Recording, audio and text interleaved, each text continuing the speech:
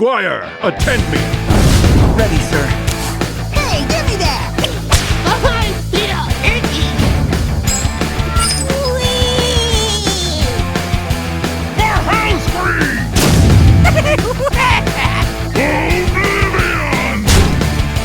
Get in there and fight, maggot! Leroy Jenkins!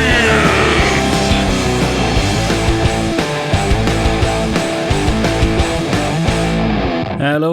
It is Thursday, March 17th, 2016. You are listening to episode 58 of The Unstable Portal.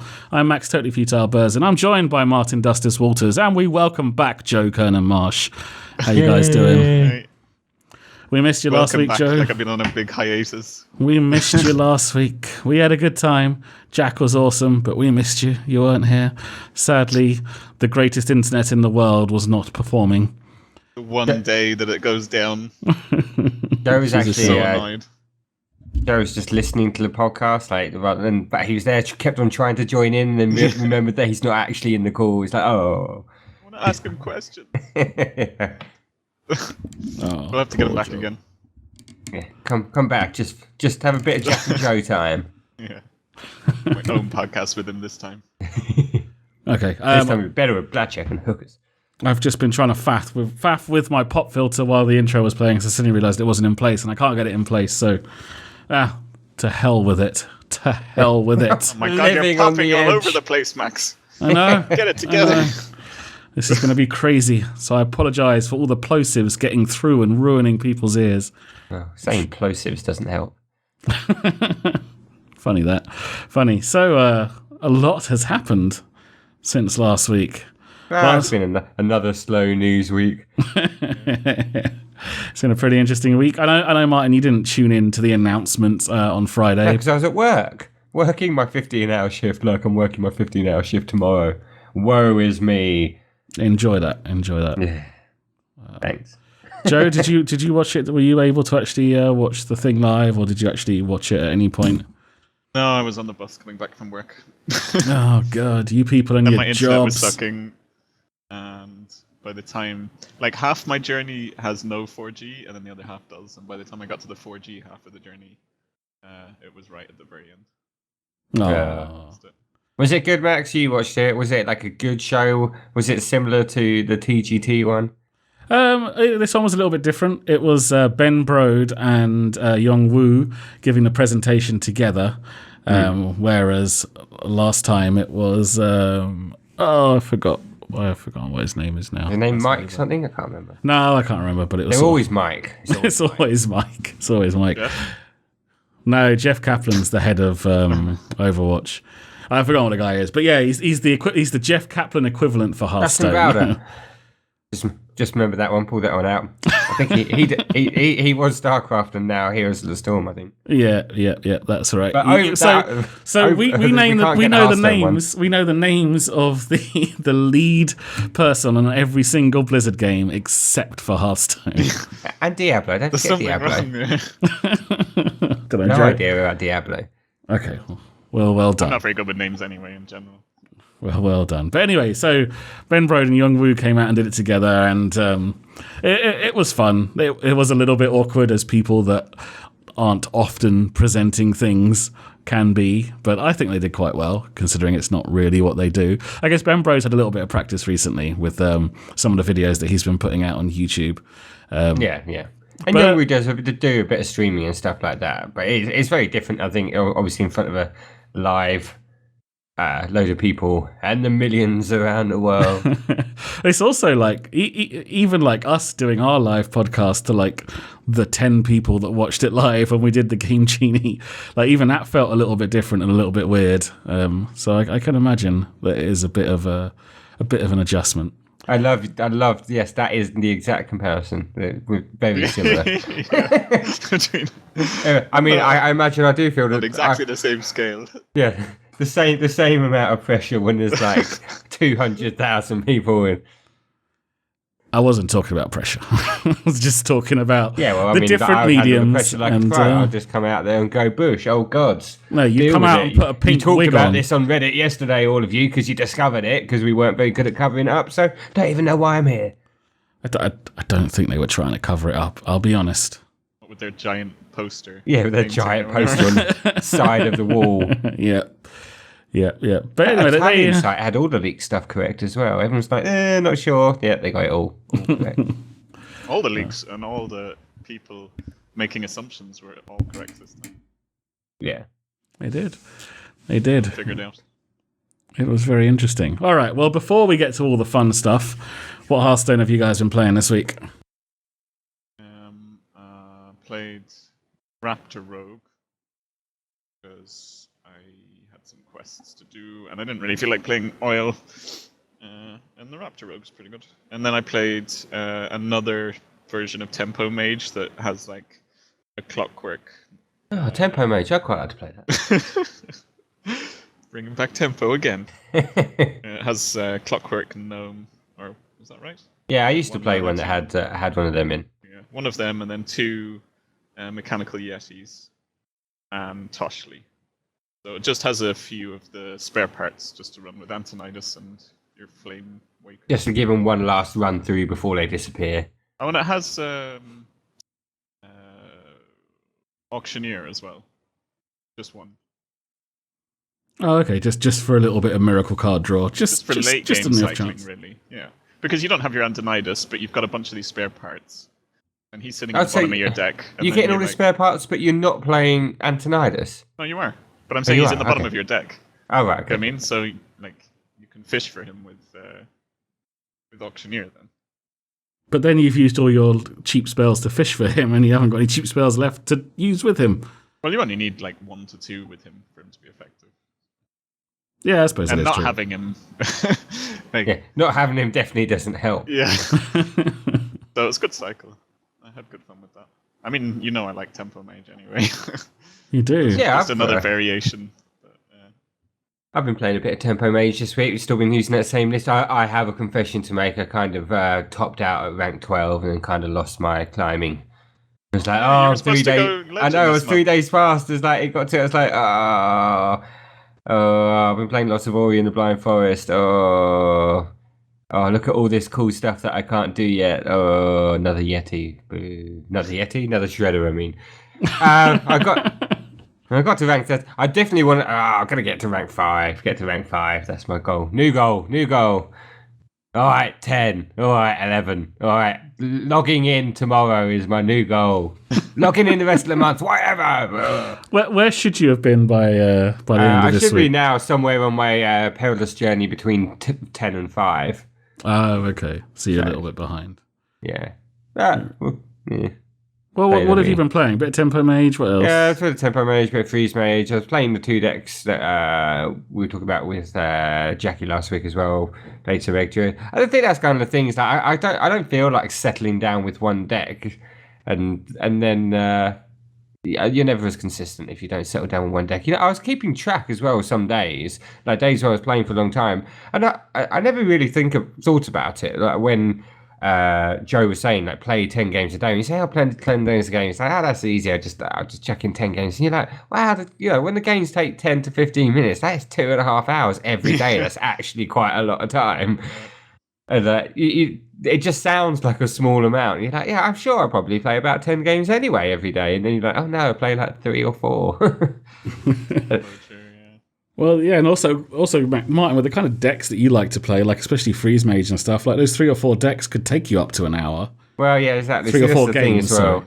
sorry, like when I was doing it before, I was using that aggro paladin and stuff like that, and it was fine, just like smash your way through the start of the season. But I don't feel like playing that stuff. I want to play what I want to play rather than Yeah. I mean, like even Egg Druid is not the fastest deck. Like it is quite aggressive, but you're usually not winning before sort of turn 8 or 9 onwards.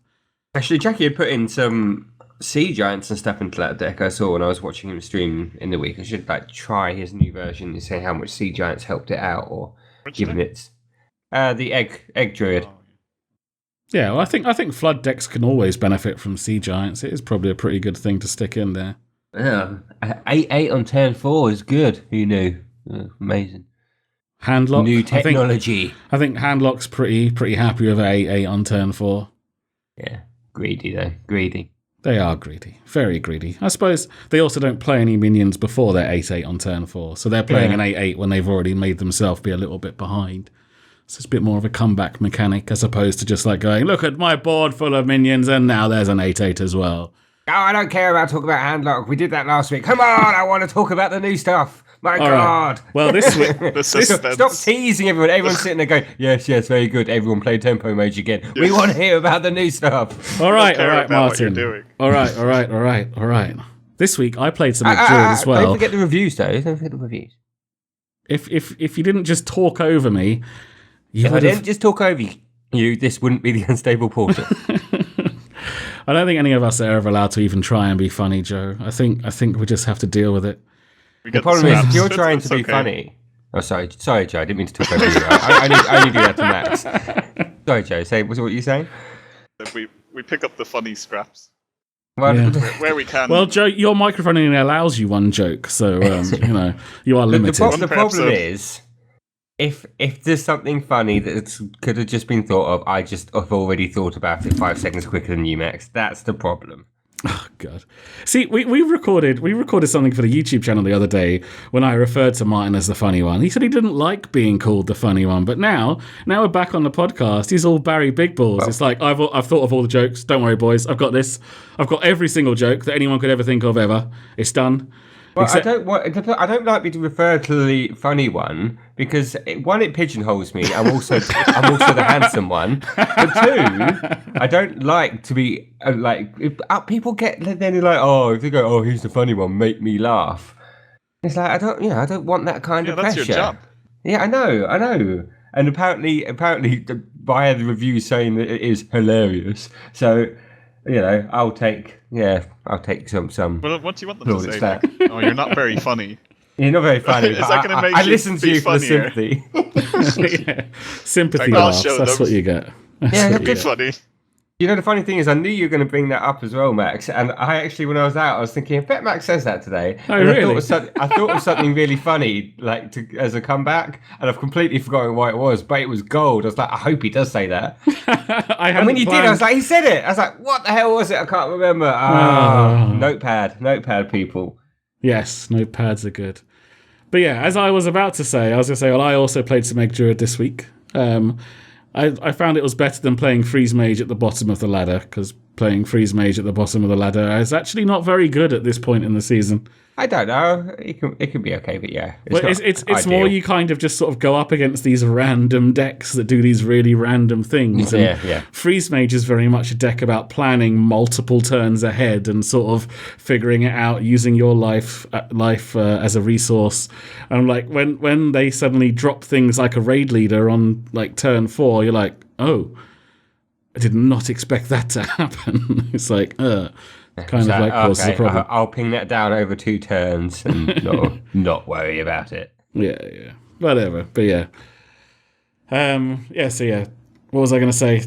I can't remember. Oh well, never mind. All right. You played Egg Druid and reviews. Weren't we supposed to do? Yeah, we'll speed this up. Well, no. I hadn't talked about what I was playing yet. I was trying to do a bit of a bit where I was like, "Don't worry, Martin. We'll speed it up. We'll get to all that good stuff." And then I was going to say, "So I played some Egg Druid this week," but he spoke over me, and we went on a massive tangent about Martin and being the funny one. And sorry, I'm going to bring around my trophy. You are now officially the funny one. The mantle has been passed. Awesome. With those gems. Thank you so much. All right, apparently we had some reviews this week as well, because good old Joey last week, he got a bit angry, wrote some block capital letters, and Martin threatened to send... Yeah, well, he was very angry that all of you lot haven't been reviewing. He's like, this is ridiculous. Why is other people not reviewing this? This is probably the greatest podcast ever, when this is true, and the reviews do actually help us. So if you haven't done it, do it, please. Yes. Slight paraphrasing there, but that is generally the gist of it. And then I said, yeah, because if you don't do it, Joey's going to come around. He's well angry. He was. Well He was very pissed off. angry.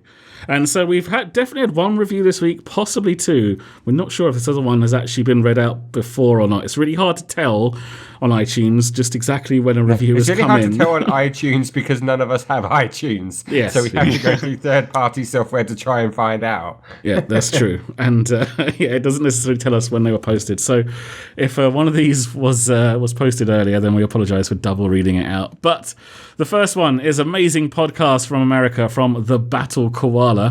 Sounds pretty awesome. I love the Battle Koala. It's a great name. He said, I don't want Joey coming around to my house, plus this podcast is hilarious. Oh, they're talking about me again. Well done, Martin. Well done. Now you're making it seem like I've got a really big head. See, this is what happens when you start calling people the funny one. So it's impossible. I think people think you have a really big head anyway. Yeah, it's huge. It's massive. It is amplified by the fact there's no hair on top of it. It does. How does that amplify? It's weird. It does. My mate at work, Matt, he cut off all his hair this week, skinned it, and turns out he's got a really little head. That's only because he's calling him P-head this week. But yeah, it's because he is massively built. So yeah, I was about to say it is because he has his shoulders adds muscles. to it, possibly. Yeah, his muscles dwarf most plump things. Fella. You are I'm pleasantly plump. Pleasantly plump. Pleasantly plump, exactly. Yeah, if you rub your belly, you might grant people some wishes. I don't know about that, Max. Oh, wow. Okay, so the other review we had that we're not 100% sure was this week is from the UK. Fantastic show from Andy J. Dicker. Always really enjoy listening to these guys. Entertaining, informative, and littered with banter and chuckles. I guess that chuckles is talking about Martin again. Well done, Martin. No, you chuckle at me, so it's fine. Oh, I see. He just likes the sound of your chuckles. I do. I have an infectious chuckle. I'd like to say that I've heard that many times before, but I really, really haven't. We'd also like to take this opportunity to thank all of those people that support us on the Patreon and give their hard-earned money to us. We love you guys. Thank you very, very much. Was this us? I'm still waiting for my check, Max. It's all in the PayPal account. when you turn You don't know when you how turn much I... 60, you can have it. Oh. yeah. It's going into a trust fund. Yeah, I didn't tell you how much I had promised Jack for coming on the show last week, so we might have to have words about this. Okay. Well, like I said, it's all sat in the PayPal account, ready to spend on, like Joe's microphone or something whenever it gets up to that value. After you've paid off all your hosting fees and whatnot. Yeah, well, there is some money sat in there, I will say. Anyway, if you would like to support us on there, then it's patreon.com/unstableportal, and we will be forever grateful. Right, let's get into some news. Apparently some stuff happened this week, and that was the end of the winter season of the US, what's it called? The Hearthstone... The Hearthstone Deck Cup Championship 2014, something like that. Yes. Mouthful. HCT was the acronym. I couldn't remember what it stood for. But yeah, the championship tournament, I think is what it was. Hearthstone Championship Tournament. Sounds like a fairly good punt. It was. I didn't catch the final. Martin, you did, didn't you? Yeah, it was quite good. God, I can't remember. Why is this not on the show notes? I don't know. It should be. I swear I wrote it down. Because there's it was quite a good final. It was quite enjoyable. It had some interesting decks in it. I can't remember the names of the two people that were in it though, because they weren't. Not only because they weren't people that I'd ever heard of before. Last week. Right, it wasn't like, it's not like Firebat and Amaz or like a million other people. People who get the invites traditionally to all the other tournaments, so you see them or in the the more show matchy type tournaments. So which is kind of what I like about it. It was someone from Tempo Storm, I think, who won it. I think it's like Amnesia, something like that. Okay, Joe, did you see any of this? I suppose you would have jumped in if you did actually know the answer to this. I blame Martin completely for this, for adding things to our show notes without having the facts to back it up. I actually didn't intend to watch it, but unfortunately, I missed matches, it. But I didn't see the finals. No. Anyway, I've frantically been trying to search. I'm sure that's what Martin's doing now. So he will tell us in a moment. Amnesiac won it. Oh, Archon, not Tempest, not Archon, yeah. He's on Team Archon. He beat Nostam. So like, okay, yeah, I saw Amnesia's- that Nostam was in it. I was quite because Nostam's the guy that's known for like making the really crazy, weird decks and playing them on the ladder, isn't he? Yeah. And I'm glad he did quite well. I saw that he'd got to the semis at one point, so he went all the way to the final, which is cool. Wait, Nostam did? Yeah, Yeah. yeah. Because he was the replacement for Fibonacci, apparently. No, really. Because Fibonacci wasn't able to attend. Oh, okay. Well, that He worked got out quite well locked for out him. there. Yeah. That was a $15,000 win for him, Still in 3. Then win the whole thing. and he Wow. gets 20 points for the end thing. I think the BlizzCon thing. Well, and obviously Amnesia actually gets a ticket that he gets to just go there because the winners just get to go there. Get to go where? Sorry, what do you mean? Oh, The to BlizzCon, BlizzCon. the BlizzCon Oh, tournament. okay. Okay, so he gets to go. So even if they don't get enough points to actually be in the final 16 or however many it is that go to BlizzCon, they can actually still just go and be at BlizzCon, which would be pretty cool. Yeah, yeah. All right. So good That's work it. on that. See, I'm really looking forward to watching some more tournaments again once it's switched over to standard. That's like I think I used to watch so many tournaments and I just don't have the time now, or I just don't feel inclined. I kind of feel like I've been watching the same matches forever. It's like, oh, this match again.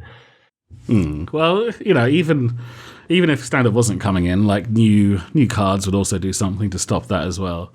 But this is going to be like a massive shake-up, Yeah. which is going to be Oh, really cool. what is this that you were talking about, Max? I had not heard. Oh, have you not heard the Hearthstone news this week? Actually, maybe we should do the patch first because rather than Yeah, I was going to. You got no faith, no faith, son. I have no faith. No faith. Okay, so a new patch was dropped this week. Oh my god! Yes. And it applied something which everybody has been desperately waiting for, and that's, of course, the new Paladin hero, Lady Leodrin, which requires you to get to level 20. They are the biggest wankers ever. Yeah, like and this doing doesn't apply retroactively, so you need to I have done that so many times. you need to get the achievement of reaching level 20 after this patch dropped. Now, if you've never played WoW and you don't have a WoW account, you can do this for free with their trial. The trial maximum level you can get to is level 20. So if you did desperately want it, you can actually just get a free account, install World of Warcraft, and go for it. This is equivalent to handing out crack at the school gates. It's just like, just have a bit of this. Free, it's all free. Give it a go. Look, give it a go. And you get a sticker too if you try it. I mean, I don't know. It might be a little bit more. It might be a little bit of been there, done that. But I really don't think WoW is anywhere near as addictive as it used to be. Possibly. I have a question about it, actually. What happens, like, can I log on to one of my closed accounts and play one of my low-level characters? Or because I've got max characters? No, it's you have to hit level 20 or something because Max found this out. Max has obviously got high level ones, but he had a level 17 rogue or whatever it was. No, I mean, can I use my account to play a character, like low-level character, without subscribing them? Yeah. You can that is also true. Yeah. So if you've played WoW, you're not new to WoW. If you have an existing account that you just haven't played for a while, or for whatever reason you don't play the game anymore, you're not subscribed, you can still play from level 1 to 20. So if you've got any characters below level 20, you can log them in and play it. They're always throwing out like 3 weeks as well. Like, hey, go on, give it another go. Oh yeah, but that's the thing. They don't do that anymore. They now whenever you want, you can level characters up to level 20. So you can always play WoW for free from level 1 to 20.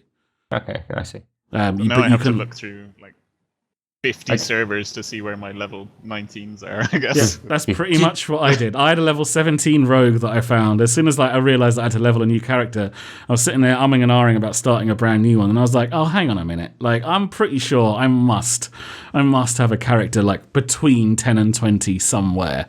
And so I just started flicking through all the servers, and I found the level 17 rogue, and I was like, yes! Did it in 20 minutes. It's like, sweet. Yeah, I mean... I unfortunately have... my WoW account is on a different Battle.net account. I have 2 Battle.net accounts due to hacks and stuff that, like, my WoW account got done back in the day. And oh my god, I don't want to do it again. I just, like, a month ago played vanilla WoW, And like I know it's a lot easier now, but like that just sucked the fun out of WoW for me. Even though it was really cool at the time, it's like getting to level 13 took 4.5 days of playtime. The classic old vanilla. I know now you can do it in about, I think it's in the saying that 3 to 6 hours. Yeah. But it's still like, oh, that's a lot for a card back. I'll do that at some point. Well, it's not a card back. It's a hero portrait. Can you pay for it? Can you just buy it though? I don't think so, no. Oh, I mean, that makes it worse. It's one of those things that go, here, I will pay you £3 not to play WoW. Here, please. I don't even want it, but the fact that I know I could get it for free, and I'm like, is that worth 3 to 6 of my hours? No, here's a £5. Thank you very much. Yeah, I mean, I feel like I'm up on that deal. I mean, if you have played WoW before and you've got heirloom gear and stuff, it is quite quick. I mean, like that's why I did it in 20 minutes, because I just gave my level 17 rogue. But it is still nice that anyone can actually get it. I do find that pretty cool. Yeah. And heirloom gear is gear that has like bonus XP on it. So whenever you kill stuff, you get like more. Oh, it means you get a percentage bonus XP. Yeah, which is and it which is scales good. as well, doesn't it, with every level? So you don't Yeah. have to, You don't have to change gear or anything like that. Yeah, ridiculous. It is. Anyway. Okay, so what I actually meant to say is Dex-a-Lots, they are finally here. If those of you, my God, for whatever reason, haven't logged on this week before listening to this podcast, then if you log in and go to your collection, there is now a little downward arrow at the bottom of all your Dex-Lots where they will scroll down. And they have kindly filled them all up with basic decks for you. That was nice of them, wasn't it? Yeah, I got a bit of a shock when I logged in, and it was already scrolled down, and I was like, all these basic decks, and I was like, what the hell? What happened to my decks? Why are they all basic? Really? I didn't even realize the deck slots had been added. I was like, what? Oh, no way. Pleasantly surprised, though. I do wonder why they did that. I mean, is it maybe that if you haven't got all those decks there, the downward arrow doesn't appear, and they wanted to make it painfully obvious that there were decks there now? Do you I'd think? say so. I mean, that must be it. Yeah, I guess that makes sense. I don't need to explore that any further. Combo decks in. Oh, what the deck recipes thing? Yeah. You mean? It's like I do love like the fact that it's like 2 years in the making. Scroll bar, arrow to flip page. There we go. All this that is talk. it. This is what we've been waiting for, people. All that talk of UI design and everything else, and it's an arrow. That I actually kind of blame this on why I'm not ranked 10, because like this happened and it confused me so much I logged off for a couple of days. It really cost me. I was like, well, I can scroll down. I don't know what to do. Those extra deck slots, huh? Yeah. Do you know what actually the best thing that's actually come in with this? I mentioned this to you, Max, the other day. I don't know if you've noticed it, Joe. You can actually, when you're like clicked play and you're choosing ranked or casual, there's actually also a bit there you can see where you can change. It's in wild, but you're going to be able to change it to standard in between the ranked and casual now, which they've implemented. You didn't say this to me. I haven't noticed. I didn't say that bit. I mean, I just thought I'd mention that because it's there. But what actually is there on that page where you see all the decks where you can flip between them is you've got a button at the bottom that says My Collection, which you can click on it and go straight to your collection. Pretty much. Oh, yeah, that bit you told me. So, without having to like go, click out, click in. You go there, and then when you go back, you go straight back to play mode. It does go via the actual open and close box, but you don't have to click anything, and it's faster. So it's a nice quality of life change. Yeah, exactly. It was nice. It's like, I don't know. I actually haven't checked if it happens in Tavern Brawl or the solo adventures, because that was the solo adventures and Tavern Brawl. I think was where people were really asking for this, but. Maybe they have. Hopefully, that'd be quite nice as well. But I thought that was a pretty cool. Yeah, I think Solo Adventures is the cool place to have it. I don't like Tavern Brawl. You wouldn't. It's a separate deck slot, so yeah. It wouldn't be Tavern Brawl. You silly. When people Billy. wanted to import their decks, that's what they wanted to be able to do, didn't they? From My Collection to. Oh yeah. Because sometimes you read a Tavern Brawl and you're just like, yep, zoo. In fact, like half of the Tavern Brawls, you're like, yep, zoo will be great here, or at least that's the first thing you think. Maybe it's just the first thing I think because I love zoo, but. Anyway, right, they've also added new search functionality with this new patch that has come. And so there are different ways to do this. You write in a kind of code. So you say a word like attack, and then put a number. And it will show you all minions that have an attack of whatever number you put in. Yeah, so if you attack 4, Attack or attack 4 things. And then the priests are going, fuck! No! Don't let them do that. It makes their life so much easier. Yes, you can now build the perfect anti-priest deck by just going attack :4. Well done. So you can do attack, health, golden without any colons or anything. We'll just list all of your golden cards. You can do new to show all of your new cards, missing to show cards that you don't have yet. This only works if you're in crafting mode. Obviously, because they can't show you in normal. When you go, show me all the cards I don't have in normal mode. This is an empty book. This is an empty book. How interesting. It might, it might automatically put you into crafting mode if it was clever. So it's worth saying. Not, though, is it? It's never going to be clever. There will be that one guy that'll be like, unstable portal said I could type missing and it's not working. Whereas actually you just haven't clicked crafting mode, so it's worth saying. You do get an empty book if you just do it in the other one. Ah, that's interesting. Have I got anything with 4? No. About 1? No. All right. You've also got mana, and that will be with a colon. So mana, and then you can put the mana cost in. You can also do ranges as well. So you can do mana :4 /6. Not hyphen. slash. Hyphen, no hyphen, slash. yeah. Just a hyphen. Yeah. So or minus symbol. 4 -6, and you'll get all the cards that cost between 4 and 6 mana. So. And you can also do the whole ranges thing as well for like the attack and health, like we were saying before. And you can do like say attack :5 and a minus, which will show everything below 6. And you could do say attack 6+, which will show you everything 6 and above. So it's really nice, like, I think, for the people making decks, or maybe people like what would be really good is if you had like a little drop down menu where you could like kind of do these things, or it made it a little bit newer. Because I wouldn't have known this apart from someone put it on Reddit, and I was like, wow, this is the kind of thing people have been asking for. It is actually fairly useful. It's when really good. It gives you after a certain type of thing. It gives you the say when you're tools building the Hobgoblin deck and you just wanted to see everything you had that only had 1 attack, which is kind of arduous to do, and you might miss some out that are randomly 1 attack but cost 4 mana because you wouldn't think about it. Now you can do it, and you go, right, all these things work with Hobgoblin. Yeah, that's people just used to use but... third-party websites. They used to use things like Hearthstone or Hearthhead, and now you've got the mechanics all in your game, which is much better. Because let's be honest, the game engine or the game client looks much, much better than any website. Not that those websites are bad, but obviously it looks much, much better in game. Did you know about this, Joe? No. Yeah, it's pretty I cool. was just trying it out. How do you do the attack :? And then the number. So you attack don't, :2. You don't have to do a space. It's just attack no space. number. Maybe it was the no space that's getting me. There's no spaces in any of it. There's no space.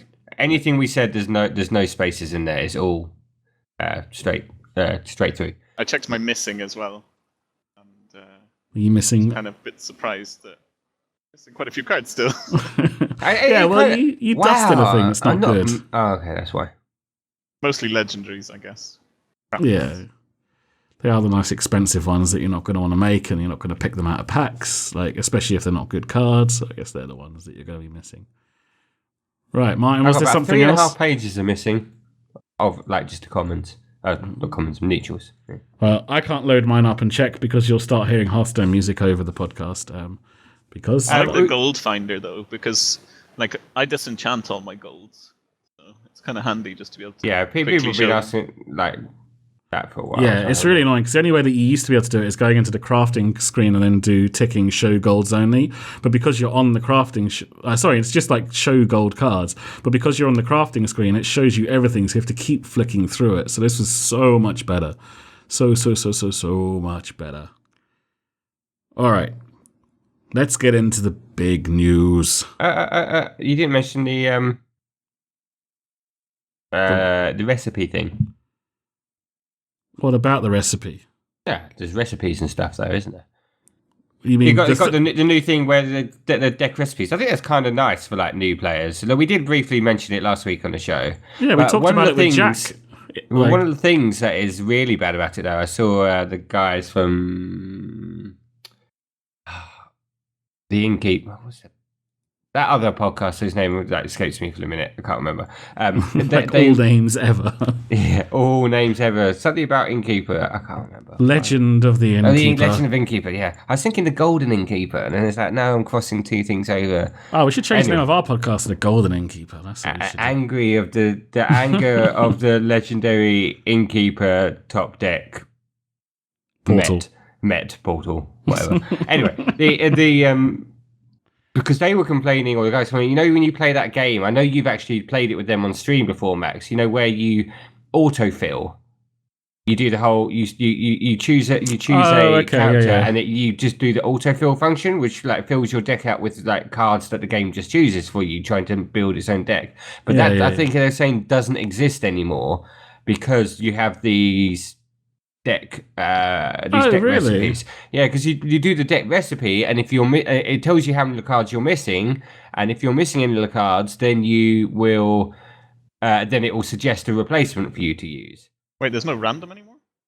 Well, that's what they seem to be. I haven't checked this, but that's what you guys they are seem both to be. in the client now. This isn't implemented yet, is it? So yeah, Yeah, it is. is deck recipes implemented? Yeah, no deck. Custom deck. Oh, okay. I didn't even realize deck recipes was implemented. I haven't even tried. Oh my god, if I knew it was implemented, I would have been checking it out. How do I? I can't see. I don't know how you used to do it, but you used to basically just create a new deck and then back out of it no, straight away. It is making it for me automatically. They need to hush their mouths with their whinging. Yeah, because it should be. They need to hush their mouths. It should be under the hero portrait, shouldn't it? And then just autofill it. Yeah, you just like don't do anything. You just leave, and it goes. Would you like me? Would you like me to help finish this deck for you? You go. Oh, thank you very much. Never this ever. deck that is made me is pretty beastly. This may be what I stream with this week. Never it's ever not pick actually Warlock. that bad. Never ever pick Warlock. You end up with a crap load of cards that discard other cards. It's like, oh my god, this deck is awful. Now I've got Druid innovating into Deathwing. That's what I'm feeling this. Nice. It got me Rag and Doctor Boom scenarios. It's giving me mostly good cards. I quite like this. Right, I'm playing this later. It sounds like it's got a bit of a top-heavy curve, though. I'll tell you what. Me and Max can play this on Saturday or something, and we'll put a video up. So if you want to see what the epic computer just made for me, it is pretty good. I'll play against you with the Rogue Classic. The Rogue Basic pre-built. The pre-built. Okay. And you know what the ability to do this was brought to you by 18 deck slots, because I could not have done this last week because I did not have the space. Wow. And next week you're not going to have the space again because it's all going to be full. Yeah, but yeah. How at long? Least I'll have room for a few slots I can save for fun stuff, rather than I need another one. How long until people start asking for yet more deck slots? Well, I still want more. I think you should be able to just keep buying them if you want to, if it's just a cost. If it's just a scroll wheel that goes down, what does it matter? It's just scroll down, scroll down, scroll down, scroll down forever. You can't use the UI as difficult to design thing anymore, because you can quite easily just add another 9 by adding another button. Eventually, you'd need a search function on the deck if you were just using a scroll wheel, because at the point where you go, all right, I've got 100 decks. Where's Zoo? I think it's somewhere in the middle here. I'll find it in a minute. Oh crap! Fuck it. I'll just make another Zoo deck, and then there's Max with all Zoo decks. Well, I'd be screwed because I never give my decks conventional names.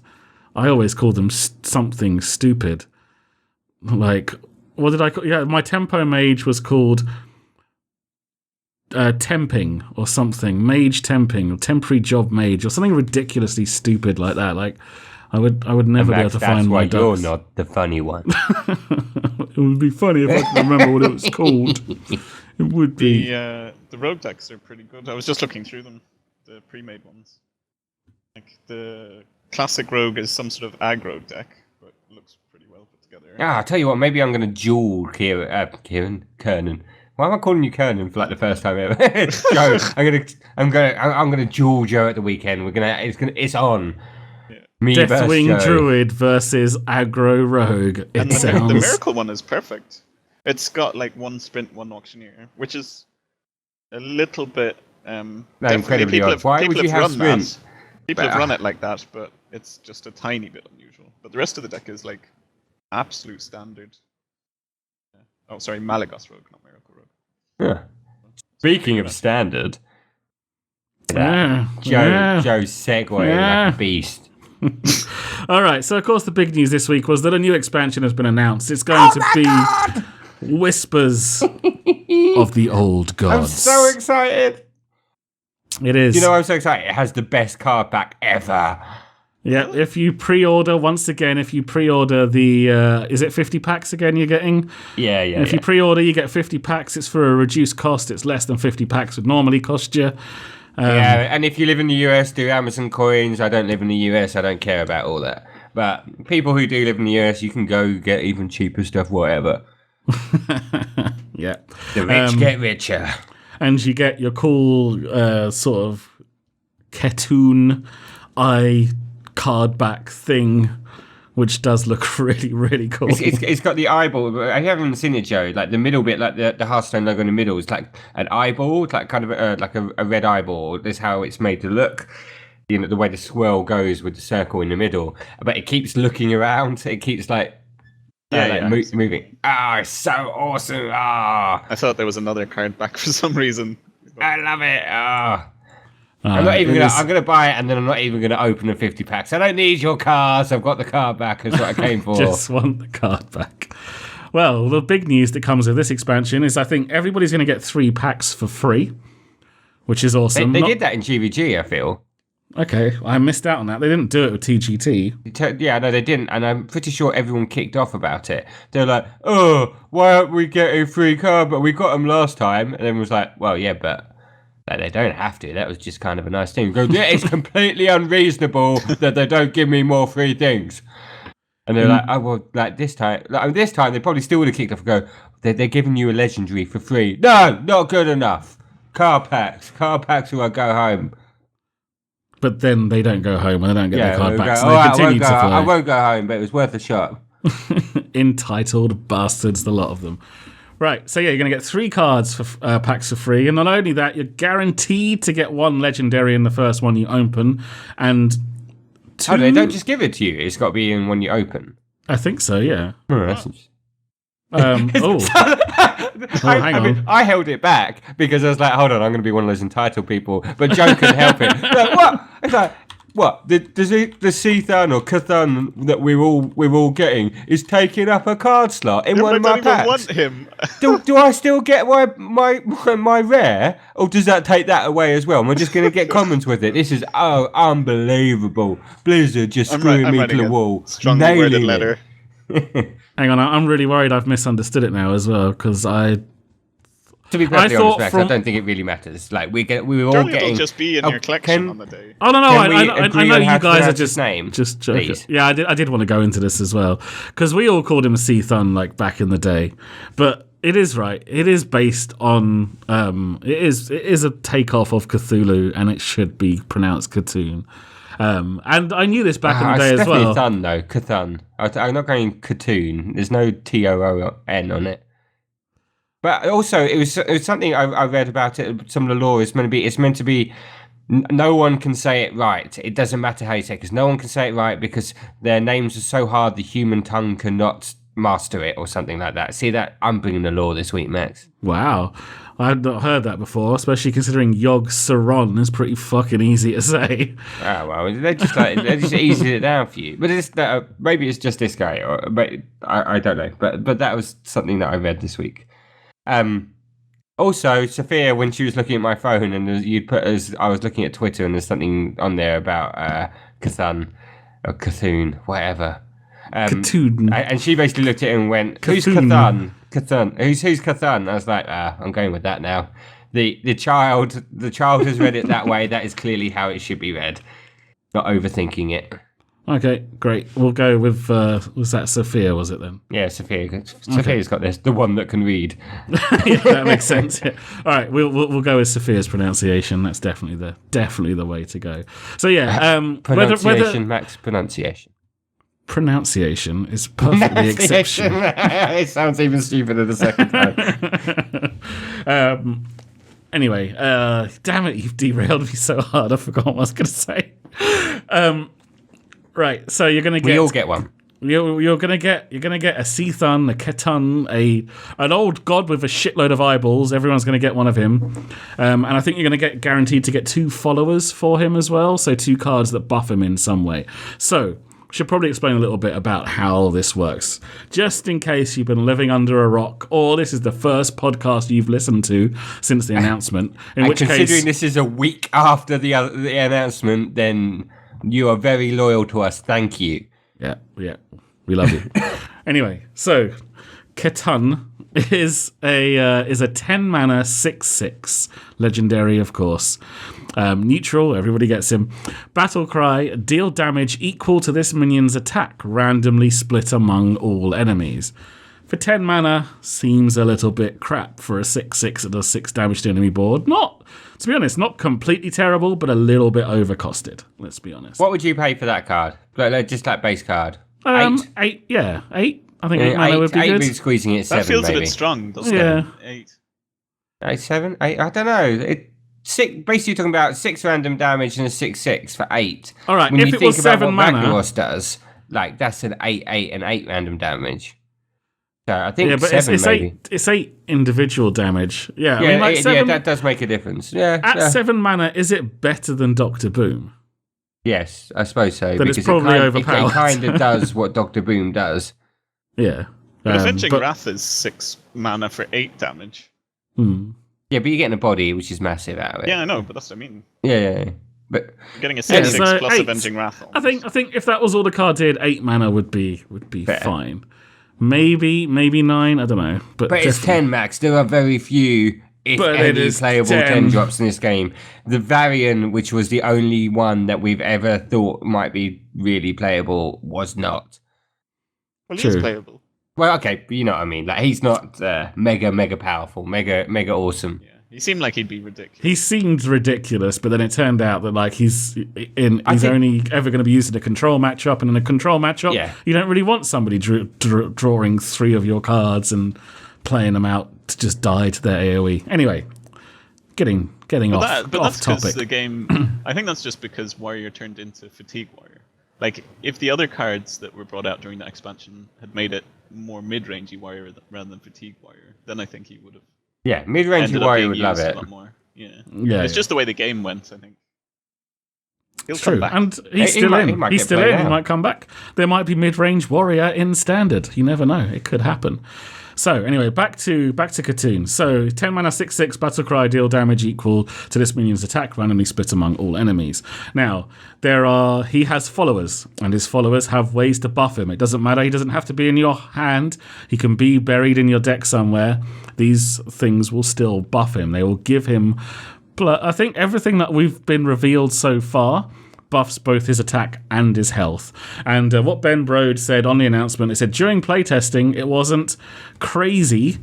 He didn't necessarily say it was happening often, but he said it wasn't crazy for Katoon to come down as a 20/20 minion for 10 mana, which is also then doing 20 damage split amongst the enemy, which I'm pretty sure that's just going to win you the game. Yeah, I don't see how you don't win the game from there. Like, because that's just going to clear. It's either going to kill your opponent, most likely, because they're going to have lost some health, unless maybe they're a warrior, and it's definitely going to clear their board if it doesn't kill them. Unless you're playing against Egg Druid. Yeah, but the thing is, it's all low health stuff. Got like so Soul it of just the clears. Forest. Oh yeah, the soul of. But because the death rattle wouldn't happen until after the battle cry had finished, it would clear the board and then kill the druid, and then they can have all of their soul of the forest, but they're dead. So, meh. Didn't So quite what? work.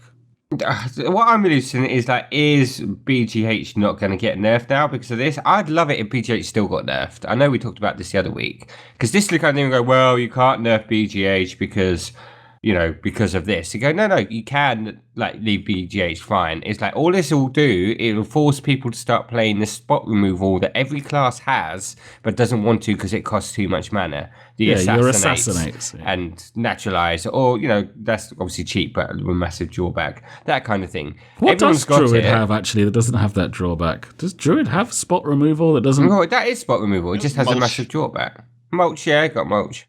Mulch, but Mulch also just puts a card back into their hand. Yeah, but it's cheap. Yeah, but it's fine. I just more meant, do they have an expensive alternative? Usually No, those no. cards are about 5 or 6 mana. And this is the thing. It's like you don't need to have the PGH because if these decks became popular, we obviously know there's so many cards to come out. But if these decks became popular, as obviously I think they will do, because there is no new mechanic in this expansion. There is no that we're aware of. I mean, like last time they did tell us about it straight away, but you never know. I think they said that there isn't one. I mean, people are calling this forbidden that was announced today a new quote unquote mechanic. What's that, but then? we'll get to that. We'll get to that a little bit later. You saw the cards earlier, but yeah. Oh, those ones. Yeah, I suppose that is kind of a new mechanic ish. But anyway, we'll get to that. Yeah. But the thing is, derail myself now. But because of that, this is what they're kind of basing it around. This guy, C Thun, he is the guy. He is what this whole expansion is based around. And the fact that they're giving to all of us is like they're pushing it. This card has been pushed, which means they've made it probably a bit stronger than they wanted to or need to. They've pushed it. This card, they want it to see play. It is the cornerstone of the whole expansion. I am hoping that he is just the old god that you're given. It's called Whisperers of the Old Gods. Yeah. I'm hoping that there's going to be other. In fact, they announced there's going to be 4 old gods, didn't they? I think they said there's going to be 4 in total. So this is one that we're getting for free. So there's going to be other legendaries that I'm hoping are going to have mechanics of their own. Do you know what I mean? Like you say, they haven't announced a specific mechanic like they did with TGT, where it's just like, hey, you're getting Inspire, and then we got Discover with League of Explorers, and Joust. We got the Joust, which was a mechanic that wasn't actually had a name that was in TGT. Whereas this time, I'm thinking that maybe we're just going to get these old gods. There's going to be 4. So, like, maybe this is the control one. There's going to be a mid-range one. Maybe there's going to be a spell deck-orientated one, and maybe there's going to be an aggro-orientated one. Like, that's what I'm hoping is going to be it. Like, as much as, like, this is Katoon, this is the guy, I get what you mean. I'm not disagreeing. They're pushing this one, and they want this card to be used. I'm still kind of hoping I still think he's the face of it all, like, all the stuff with the eyes and everything like that. But, yes, I agree with you in that. But I still feel that they want him to be played, and the thing is, if you've got a lot of decks that are playing him, like so he's a 10 mana card, that's their turn. You know, Assassinate at 5 mana or whatever, it suddenly isn't expensive when it's, you know, I still get to play something else. His whole turn was just playing that one card. Admittedly, it does the damage when it comes out, but it's not as bad. I don't know. The thing is, like, I think they said during the thing, it's just like on average, it was getting up to like a 12-12 and stuff. Yeah, that's reasonable. Still insane.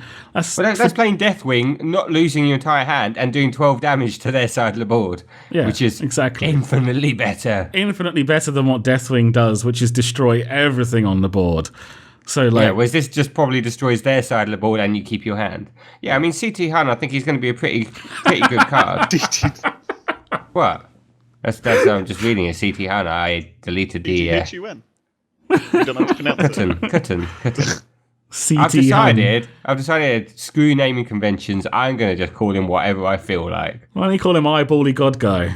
Eyebally God Guy. I might do that once I've seen the card a bit more, and that's probably how I will be remembering it. You will be like that card, that 10 mana 6/6 that you play, and it like does all the damage. Eyebally God Guy, and we'll be like. Katoon, he'd be like, no, I just look at his card now. He's called Marblehead. Look at him, Marblehead. All right, Marblehead. Good old Marblehead. I'm making a few Marble decks. I don't really like this card because I don't like being forced into a deck type.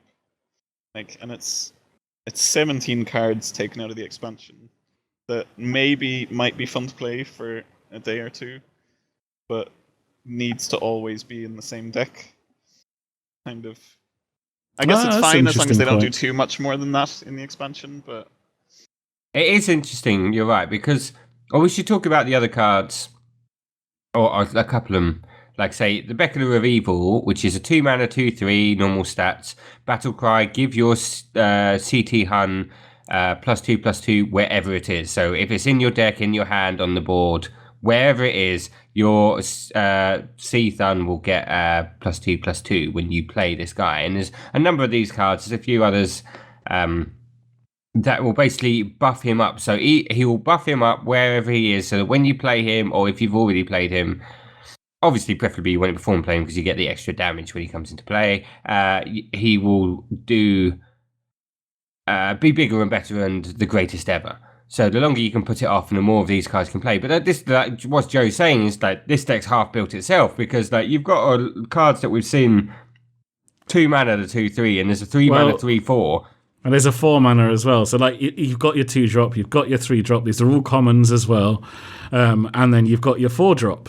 Well, the 4-drop's a Druid card, isn't it? Oh, no, sorry. No, 4-drop's neutral. So you've got 2-drop, 2 mana Beckoner of Evil, which is what Martin said. 2/3 Battlecry, give your Katoon +2/+2. Then you've got your 3 mana Twilight Elder, which is a 3/4 at the end of your turn.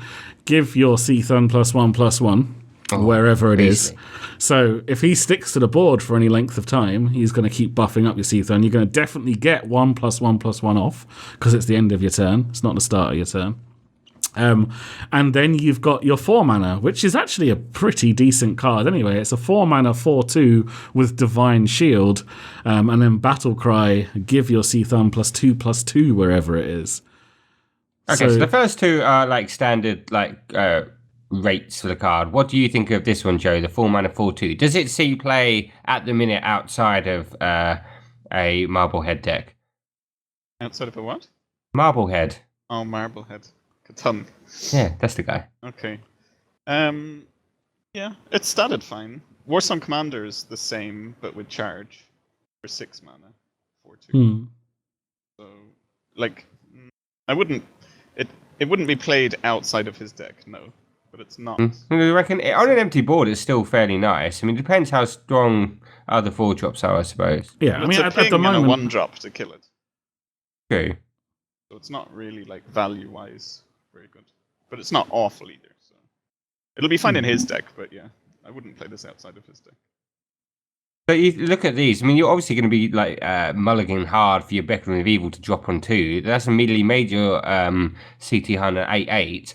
Yeah, but I don't know. You're not necessarily. I mean, you're not playing him till turn 10 plus. No, but okay, yeah, but you want a 2-drop. Okay, not hard. Mulligan hard is probably overdoing it, but you know, you're going to keep them, and that's as soon as you get if you have one. I more just meant if you had another 2-drop, you'd keep that. You wouldn't mulligan a 2-drop to try and get this one. Okay, mulligan hard is probably overcooking it, but yeah.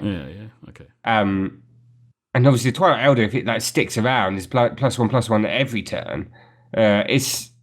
It's like he will get big fast and then become. I suppose like how much draw you're going to need in this to make sure you actually get him, because once you get him, you kind of win. Yeah, I suppose it will be kind of sad if he does take over. I hadn't thought about this because I was just getting lost in excitement. But Joe's right. If he's too good and it is the best thing, it will kind of ruin the game a little bit, because these decks half build themselves, it seems, or they will do at least. Yeah, I mean, that is true. It'll be interesting to see what happens. I mean, I like what you said about card draw. I mean, obviously you're going to be wanting to draw through your deck. I mean, this is almost like a weird combo deck that kind of plays itself out very slowly as you play along with these things that let you get to the point of when you get to play your big combo, which in this deck is actually just one card, but you need to have played a load of cards before you play that card in order to pull the combo off. Do you see what I mean? The thing is just there. That's 7 cards. Those neutrals and old Seathan himself, that's 7 cards. And let's say you're probably going to have, I don't know, 8 to 10 spell cards in your hand. Like we're gone past halfway through your deck and pushing towards 2/3. And there's a couple of ones like we could talk about, say the Calaxy Amber Weaver, which is a druid only card, 4 mana 4/5. Again, very good stats. And his battle cry is if Katoon has at least 10 attack at the point when you play him, gain +5 health. So suddenly you get a 4/10 for 4 mana, which is obviously ridiculous. But that's the kind of, I don't know, that's very build. You're going to put that into the same deck. You're going to play that in every time you've got druids. That's another 2 slots gone. And it looks like every class is going to have one, because there's another one for warrior as well that they've already released. So it's like, all right, now we're at 20 cards, and now we're getting 10 minions to kind of fill out the curve. I agree with Joe. If they could become really, really popular, unless they're split across lots of different classes, which very rarely happens, if there's a theme around a neutral card, they'll eventually work out, and it'll be Warlock, because it's always Warlock, which one is the best. and then that's the one that will get played. It's a bit of a sticky situation because either he's going to be really good, and the decks are going to pretty much be auto-built, like you were saying, or he's not good enough and he's not played, and then that's 17 cards from the expansion that are a write-off straight away. So they have to balance it almost perfectly, really. I think this is why I'm saying that they have to have pushed it. They have to have pushed it to the point where he has to get played, but I think that's a lot more dangerous in... Hello? I think it's a lot... I was hoping you were going to carry on because then I just edit the noise out. But No. Since it stopped you, I'll be leaving the noise in. Carry on. Oh wow, that's the best noise ever. It's managed to shut you up for 2 seconds. A very interesting thing I saw, because all these things are battle cries as well. Oh, okay, not all of them, but a lot of them. The 2-drop and the 4-drops both battle cries, as well as the Druid card and the Warrior card, which you might as well mention is a 7-mana 6/6. If your Khatoon has at least 10 attack, gain 10 armor, which is pretty nice. Since we're going to be losing Shield Maiden, I think. Well, look, we'll go through the cards and we'll discuss them on their individual merits in a minute. But you carry on with your point. But if someone's saying how strong a lot of these cards in this deck is going to make old Mr. Double your battle cries. Oh, right. Battle cry. Oh, yeah. Brand Bronzebeard. Yeah, I mean, thank you. My God, I was hoping one of you were going to jump in and help me a bit quicker than that. I was like, they've got this. They've got this. They always remember the card names. Yeah. So, I mean, like, Brand's going to be great in this deck at the moment. It's already, like, that Druid one, 4 mana, 4/5, get +5 health if you meet the requirements. So you get a 4/10. And then you're like, oh, yeah, let's just make that a 4/15. And then the priest is just looking at that going, why, Blizzard, why?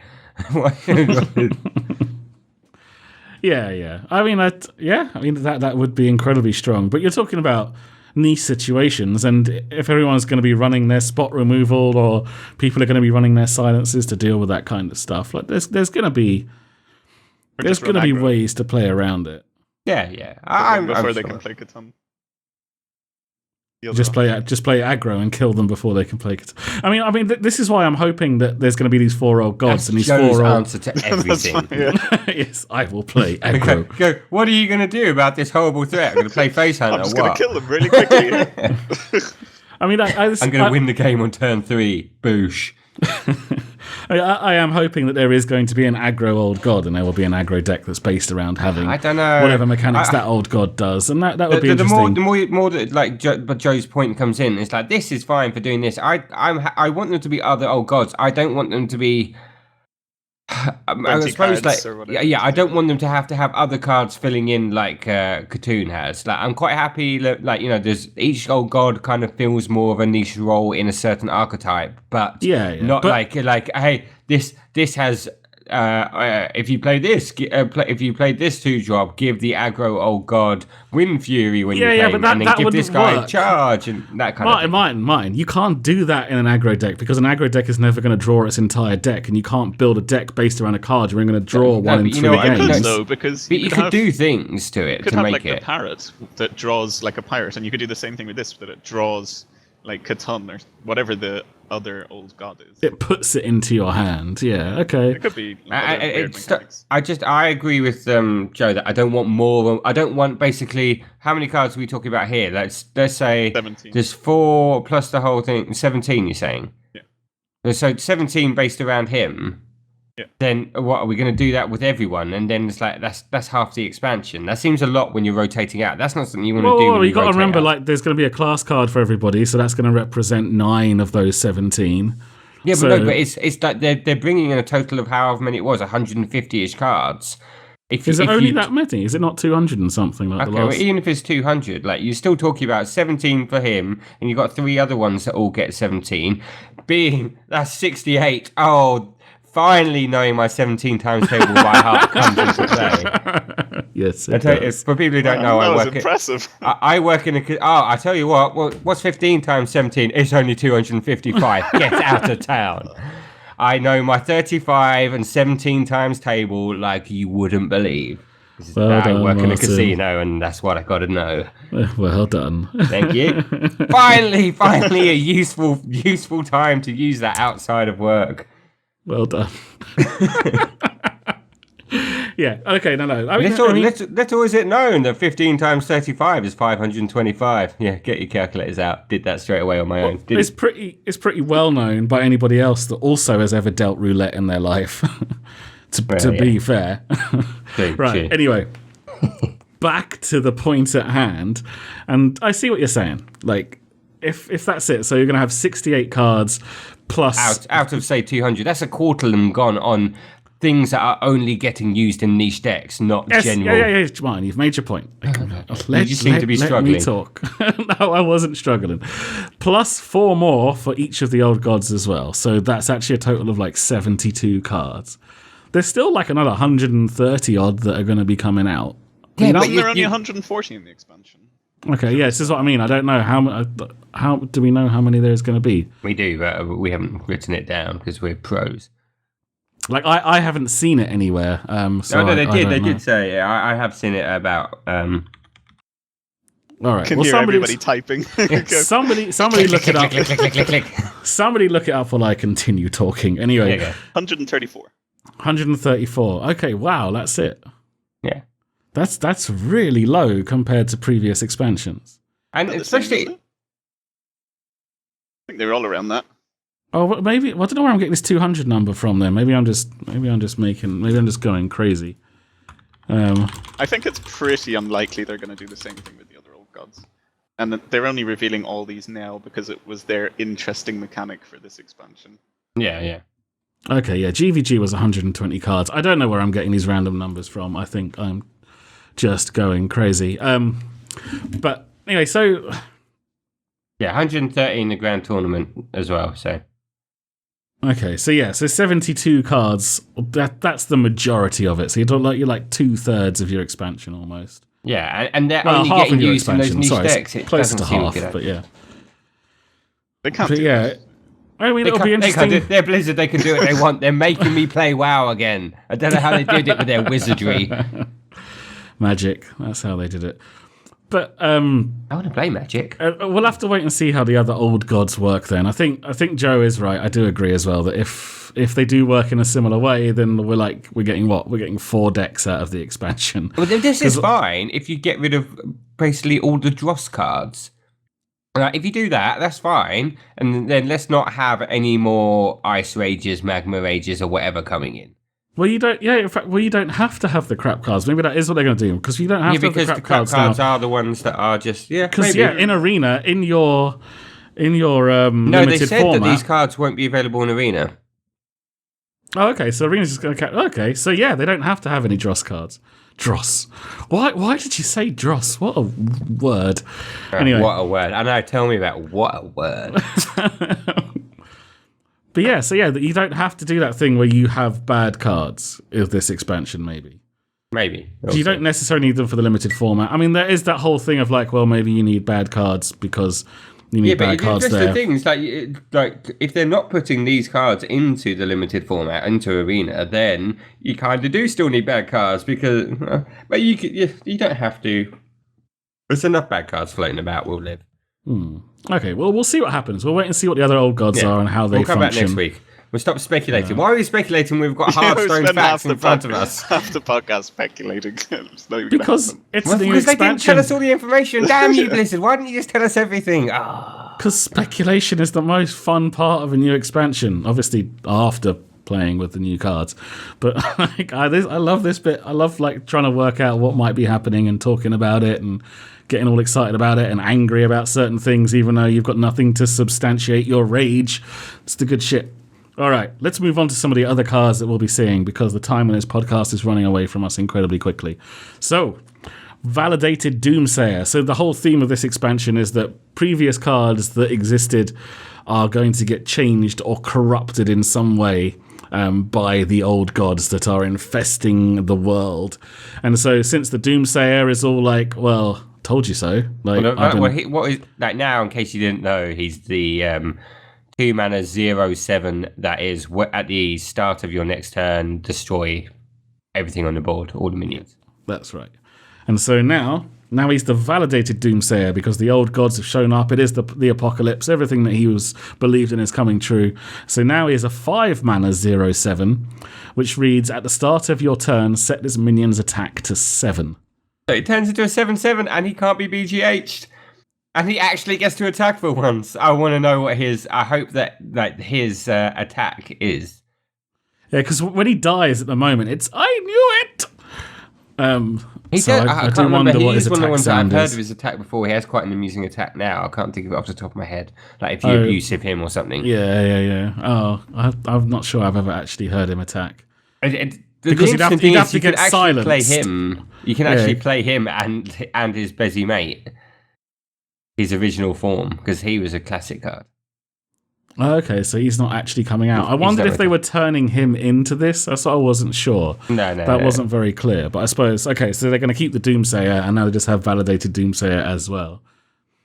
What do you think of this card? Let's actually talk about what we think of this card then. All right, Joe, what are your thoughts? Yeah, stat value's good, but obviously he dies kind of free-ish. But then he has the same effect of saving you 7 health, but he costs 5 mana rather than 2. So. And he dodges, like, let's say BGH doesn't get changed, like that. We don't know that yet. But if he doesn't get changed, you're essentially getting a 5-mana. What he is a 5-mana 7/7 that dodges BGH for a turn.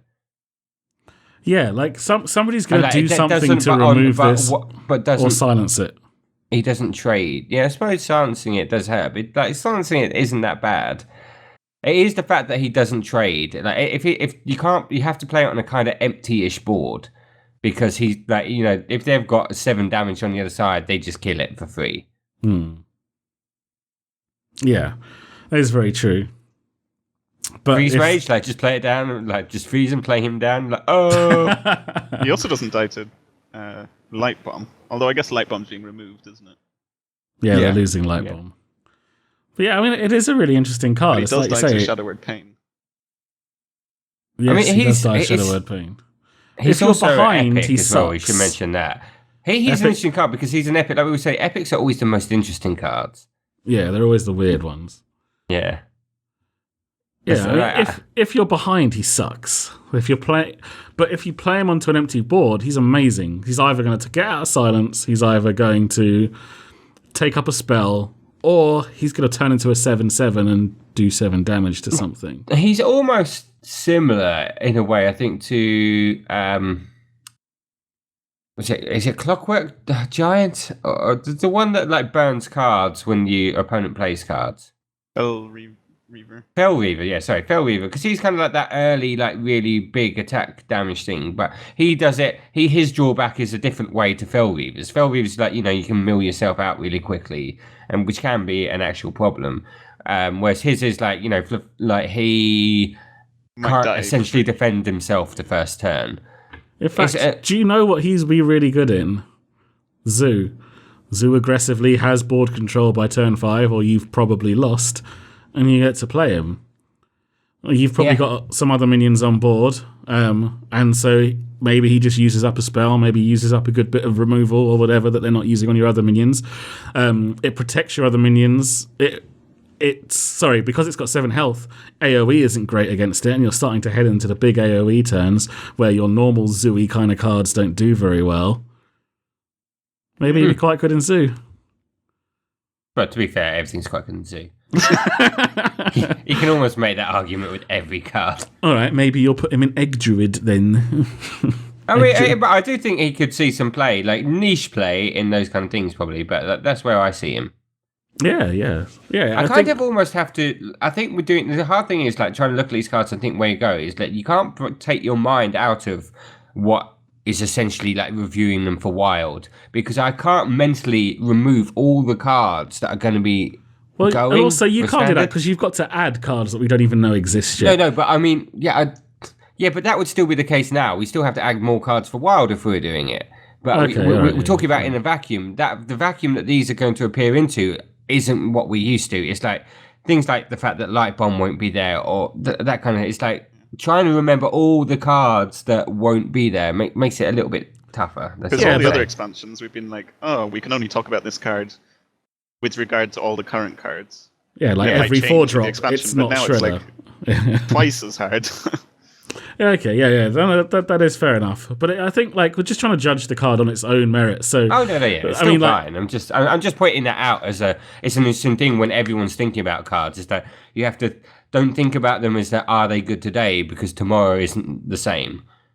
yeah, It'll be a different world. it's true. I mean, I world. like I keep saying, I love this. I love this time. I love all these cards. I love all this build up. It's great. It's my favourite bit. I love it. And then they come out and it's like, they're here now. When's the next one? Yeah, when's the next expansion? All right, let's try and get through this a little bit quicker. So, corrupted heal bot. So this is going to be the heal bot, which is rotating out. Yeah. And he is still 5 mana, except now he is a rare. I think is he a rare currently? Yeah, rare, yeah. Okay, so he's still a rare. He's a corrupted heal bot. He's now a 6/6 for 5 mana. Instead Pretty of a strong 3/3. stats instead of a 3/3. But Yeah, this time doubling your stats is pretty nice. And like a 6/6. 6/6 is like the juiciest stats you kind of want. 6/6, 6/7. Like you're missing out on the BGH stuff. But you know. But anyway, he's that's really 5 trying mana. to push it as well because like, at the minute. He's overstated for 5 mana. Yeah, There's a reason. massively. Because I haven't finished saying what the card is. Sorry, yeah. I get too Jesus. excited. He's right. He's overstated for 5 mana, and he has Definitely. a death rattle. Restore 8 health to the enemy hero. Go on, Martin. Carry on. This is going to get played in every deck now that I look at it, how ridiculous it is. Unless something changes. Why? Because like Max, okay, not every deck. There's going to be aggro decks and stuff that it's not. But like, Exaggerating a little bit. okay, but like every deck that is in the market for a beefy mid-range minions, which is going to be like aggro, mid-range and control. It's like Mid-range might not necessarily want it. He is massively overstated. Like You're not going to play 6/6. him in any combo deck because 8 health is huge, and you're trying to get them into range to kill them. You're not going to play him in any aggro deck because you've got exactly the same thing. So maybe I think in mid-range. control decks. Yeah, control. It will be Control in every control mid-range. Why deck, wouldn't you play it maybe. in mid-range? 5 mana 6/6. Because all mid-range decks, well, not all, but most of them are combo Fairly decks. aggressive. Yeah, I and don't know. also- I don't know. Tempo Mage is a mid-range deck, and it's very aggressive, and it's all about like trying to get them down, but you've got some good late game threats to try and clinch it for you in the end. You don't want to be restoring 8 health to someone. Like, I think control is fair enough. Like, you're losing Sludge Belcher. Obviously, this doesn't do anything near what Sludge Belcher does, but it is a 5 mana 6/6. It's one hit though. It's one hit. Oh, okay, it's slightly more than one hit, but it's such good stats. You think lower third is a 5 mana 5/5. It's 5 mana 6/6. So It's only a tiny bit better stats. Yeah, the stats are slightly better. And like, you think play about it- Priest then. Like Priest. Yeah, you're gonna you love play that. it in a priest control deck for sure. Like, Oh, because in 'Cause a it does priest 8 damage. control deck, it would be insane. It's because you probably don't care about the 8 health to them in a control deck, and then it's also got the upside that if you can kill it whilst there is a oh my god, now I can't remember the names of the cards for God's sake. Whilst Orkanai Soul Priest on the board, thank you. It will do 8 damage instead of 8 healing, which would be insane. I'm pretty sure Young Woo even mentioned it on the stream. He was just like, "Yeah, can't wait to play this in Priest. It will be awesome." Yeah. It's perfect for Priest, actually, really, because, like we were saying, they're often trying to go to fatigue or late game anyway. They don't really care about taking or giving health to your opponent. Do you know what I mean? They're getting to the point where they're just going to ultimately control the game anyway. Or you get lucky with doing damage with Orkanai. Not even lucky. I mean, like people are using Zombie Chow as a finisher now with circular healing and stuff like that. It But it's wouldn't still be lucky. that. Like, you still have to get that combo together and then be able to kill Hmm. them. But this one is less lucky in the sense that you can probably just kind of keep it there on the board, like healing it up, clearing a few things off, and then pull it off. Lucky is the wrong term. I just mean that can't be your only game. Guaranteed. It's not guaranteed. It's not easy. It's definitely going to do some cool stuff in some decks. Yeah, But it'll not in be every fun to Ah, deck. see. Like, Okay. Oh, I'm getting too excited. I'm sorry. It's like, this is the greatest card. Oh no, wait, this is the greatest Okay, card. do the next oh, no, one then, this Matt. is Do the the next one. greatest card. Okay, so the next one on the list is Becker and Aviva, but we've already covered that guy. So we've also got Polluted Loot Hoarder. So Polluted Loot Hoarder. Polluted Hoarder. Sorry, Polluted Hoarder. But he is So- pretty order. Gotta get So- me in every deck. So- I was going to say that, damn it! So Yes, he's going to be in every deck! Okay, Polluted Hoarder is a 4-mana 4/2 Death Rattle, draw a card. So, like we said, he's the Polluted Loot Hoarder. He's a Loot Hoarder just with double the stats, double the mana cost, just not double the card draw. And he's going to be in every deck, apparently. I mean, Is no he- decks. I don't see him seeing a lot of play. Yeah, Because he's you could play a 4-mana 2/4 instead and draw a card. Yeah. And the whole point of Loot Hoarder is that he's 2 mana and yeah. that he's super cheap. You can play him early for your card draw. You can He cycles. play him with He's other stuff. He's a cheap cheap cycle. cycle. Yeah. Yeah. Whereas this just dies for 4 mana against nothing. Yeah. It gives you a card. Like I Indeed. said, you'd play the 2/4 instead of the 4/2 in that case. Because at least it would stick and do some work. Yeah, that's very, very true. All right, so we're going to move on to Twilight Elder, which we have mentioned briefly before. He is the 3-mana 3/4 at the end of your turn. Give your CT Hun +1/+1 wherever it is. So obviously, this guy gets played in a CT Hun deck. So the next card is Well, he's still a 3/4. Like, that was still, like, almost playable in some card. Like, that's basically Spider Tank in other ones, which is, suppose Spider Tank, which is yeah. rotating out. So it's not horrible. there are other 3/4s now though, but I suppose Probably, yeah. But, they are class specific. I think. the priest ones will be rotating out as well. That was Nax. No, I was thinking of the warrior one, the monkey with taunt. I've got no yeah, idea what he's called because nobody ever really plays him. But yeah, he is a 3/4. So if for whatever reason you wanted a 3/4 in your 3 spot, even if you weren't playing a CT Hun deck, you might pick him up, might stick him in. Also, it's a good bluff. Like, imagine if you play him on turn 3, they'll be like, all right, he's playing a Katoon deck. I better start preparing for that. And then, Katoon just never That's very happens. interesting, actually. Like, do you play, like, if you're going to play the monkey guy, he's got taunt, which can obviously be useful, but do you play this guy, like, 2 of them sometimes, like, to bluff people out? Like, thinking, You might as well put Katan in your deck then, even if you just play these 2. Because you're more likely to play one of the 2 cards before him, and if it sticks on the board for 2 turns, like you're still going to be. I suppose. like Or maybe 10, you're 10 going to have like partial. Maybe you're going to have not all in Catan decks, just like a couple of cards to get him, and he's still pretty cool.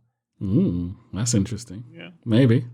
Don't have to Maybe. go all in on him basically winning you the game. Just Well, it's yeah. I mean, if you did have to go all in on him winning you the game, then you'd have to put a buttload of card draw in your deck. Because you still need to draw him, exactly. Yeah, so maybe it is just about a couple of bits here and there, just a couple of bits. yeah. Don't like him.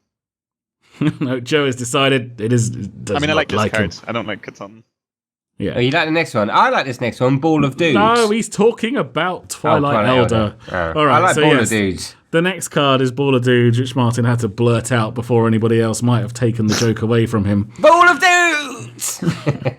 So it is a paladin spell. It is stand against the darkness. It is 5 mana, summon 5/1/1 silver hand recruits. It is a Oh, yeah, common we spell. had a massive argument about this on stream the other day. Not a massive argument, open. We had a discussion about it. A heavy discussion. Martin thinks it's going to be awesome. I don't think I went as far as awesome, but I think it's like playable. Yeah, the thing is like the big argument was Martin's justification for why it was going to be great was that everybody thought mustard for battle was going to be rubbish, and it's like You that said doesn't. mustard. But it doesn't mean that doesn't automatically. For fuck's sake! I can't believe we're grown men. I better not grow anymore. I'm pretty jokey. But anyway, I've got the giggles now. But yeah, it doesn't necessarily just because everybody thought another card was going to be bad doesn't necessarily mean that and then turned out to be good doesn't mean this card is going to be good. I think 5 mana 5/1/1s. It doesn't have a weapon with it. That was the big thing about Master of Battle. 3 mana 3/1/1s and a Light's Hope was actually really good because that weapon paired with those 1/1s meant you could make some really good trades. Okay, I get what you're saying. That all this is true. Okay, what's Joe's argument? I want to hear what Joe thinks about this card before I obviously Embarrass yourself. Before I put Before forward my you superior embarrass argument yourself. All Right, go on, Joe. Hit us I up. think it's not really a 5 mana card because you have to play it with Quartermaster. Oh, so it's a You 10 have to mana play with card. Quartermaster because it's But 5 mana. Quartermaster's And, rotating out, isn't it? That Oh, was is it? GVG. well, then this Yeah. is a terrible card. I Because think you're just going to it's save okay. your any kind of like you're just going to save your Fan of Knives or save your for this instead of for turn 3, and you're even more likely to have your removal by turn 5 than by turn 3. Like it's I always think that there's at 4 mana. This is like massively OP. This has been massively pushed at 4 mana. At 5 mana, it isn't like a game-changing, epically strong card, but I think it is still very good. I mean, it is a lot of mana to drop, but you'd be surprised what like 5/1/1s can do. 5/1/1s plus an equality. Like now, I know, but it is understated. So for a vanilla 5 mana card, you'd expect a 5/6, like or a 6/5. No, like for so. a What is 5 it? Is mana card, you expect a 5/5. No. You don't. Lotheb's a 5 mana card, and he has an incredible Okay, effect. right, yes. 5/6 would be the standard. Okay, Yeah, so, so Pit Fighter's a 5 mana 5/6. Splitting it over multiple bodies is a lot stronger. I was just saying that I don't necessarily think this is going to be the strongest card, but you were like poo-pooing this out of the water, like this is horrible, rubbish, no good, like ball of spiders all over again. Forget about it. Even don't worse know if than I was Ball of Spiders. pooing it that hard, but yeah, But, okay, I don't think it's going to be great. But you have to remember that having lots of small things is way more valuable because people don't run like Arcane Explosion or like the mini removal to get rid of like these small 1/1s. They run like Flame Strike and it's like, oh, I'm not going to Flame Strike this. And obviously Paladin has lots of ways to take advantage of having all these 1/1s, like Blessing of Kings, and you never know that they'll, even if there isn't Quartermaster, there will still be the one that I can't remember the name of from the last one, which gives all your Silverhand recruits +2 attack. That'll be good with it. There's a few other things like that, and people when we first saw Muster for Battle, everyone was like, it's like probably gonna be okay. What's 3/1/1s there? It's kind of, I mean, it did have the weapon. With the weapon would be like a lot better, I admit. But also, I mean, even if it was so just a different, Light's though. Justice, It's so different. Like with the weapon, you often get to remove something with it, and you've had your mini bot out, which has killed something, and your 1/1s are not going to die, and you have the weapon. Like this, you're going to put it down. It's going to cost you 5 mana. They still have to have 5 things on the board to be able to kill all these things, or 4 with a But pig. they don't. So let's say they have 2 guys on the board, and they have like a weapon, and then that's 3 of them gone, and you've got 2 1/1s left.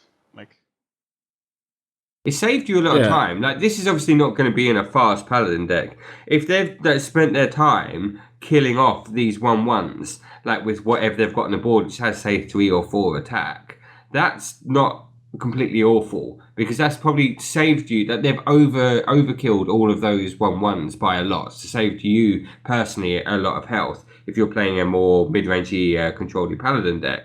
And also, you've quite possibly chipped down things like, I know we're not going to have Shredder. I can't think of a 4-drop that's not a Shredder, though, unfortunately. So say, hey, attack one of them, now he's now in Consecrate range. Or, like, if you qualitied after it, like, all the things can't trade. They have to go face. And then you get to trade everything in for quote-unquote free and then play your stuff down, pseudo board clear. I'm not saying that it's going to be the strongest card in the world. I'm just saying that I think that it could, like, it sees play in some particularly slow Paladin decks. I think it depends what other cards we see, because Belcher's gone. Belcher is, and Lotheb's gone. So all the go-to 5-drops that generally go into mid-range and controller decks are gone. So you've got to ask, is this going to be better than every other 5-drop that they bring out and every other 5-drop that's better in the game for Paladin as to whether or not they'll want to play it in a more controller deck? So, I mean, I can see what you're saying, but I personally think that one big body, it's situational, actually. This was the argument I was making the other day, is it's very situational. It's like 5/1/1s is not always better than 1/5/5. And 1/5/5 is not always better than 5/1/1s. But I think there are more situations where a bodied 5/5 is better than 5/1/1s. It also, like, there's a whole thing that you could have about how the meta evolves. Like we don't know everything that's going to happen. We don't know how it's going to go. But we're talking about, like, obviously they're pushing CT Hunt a bit. And if they've pushed him so far that there is all the people do start to play a Assassinate instead of a Fan of Knives, or they start to play a what's like flame spike or whatever that mage one is, like the ridiculous damage only to a minion spell, instead of playing a Flame Lance. Flame Lance, that's the one. Instead of playing a Flame Strike, because the whole meta has revolved or started to go, because there's a number of 6/6s here, and which is obviously like keeping it out of this BGH range. Maybe you have to start playing these like hard spot removals instead of the AoE, because people are just playing these big 6/6s, and that if that happens, then suddenly having 5/1/1s when people are just popping down 6/6s is way more valuable, because you can't kill them off with your assassinates and deadly shots, because it's obviously not worth the value. But your equality has massive value, and plus your buff spells have massive value. That's like part of it, I suppose. I mean, it depends how the whole game goes. Would you accept that as being a reasonable? Oh, yeah, of course, it depends how the game goes, and that is always going to be the case. But have you seen the number, like just here in these first few cards, these 6/6s that are floating about? I don't know. It'll be interesting to see what they do with Big Game Hunter. If what you're saying is true, then Nut C is just going to die when you play him to Big Game Hunter.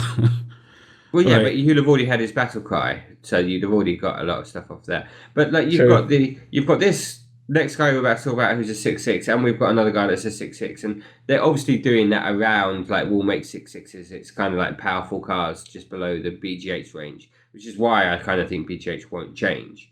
But if you do have a lot of those guys there, then like I say, if spot removal becomes a thing, then things that make lots of 1/1s, especially in a class like Paladin, which has ways of buffing them or making use of 1/1s more than the other classes do, I think could be a very good card in the right kind of meta. Yeah, but there's nothing scary than like Quartermaster anymore.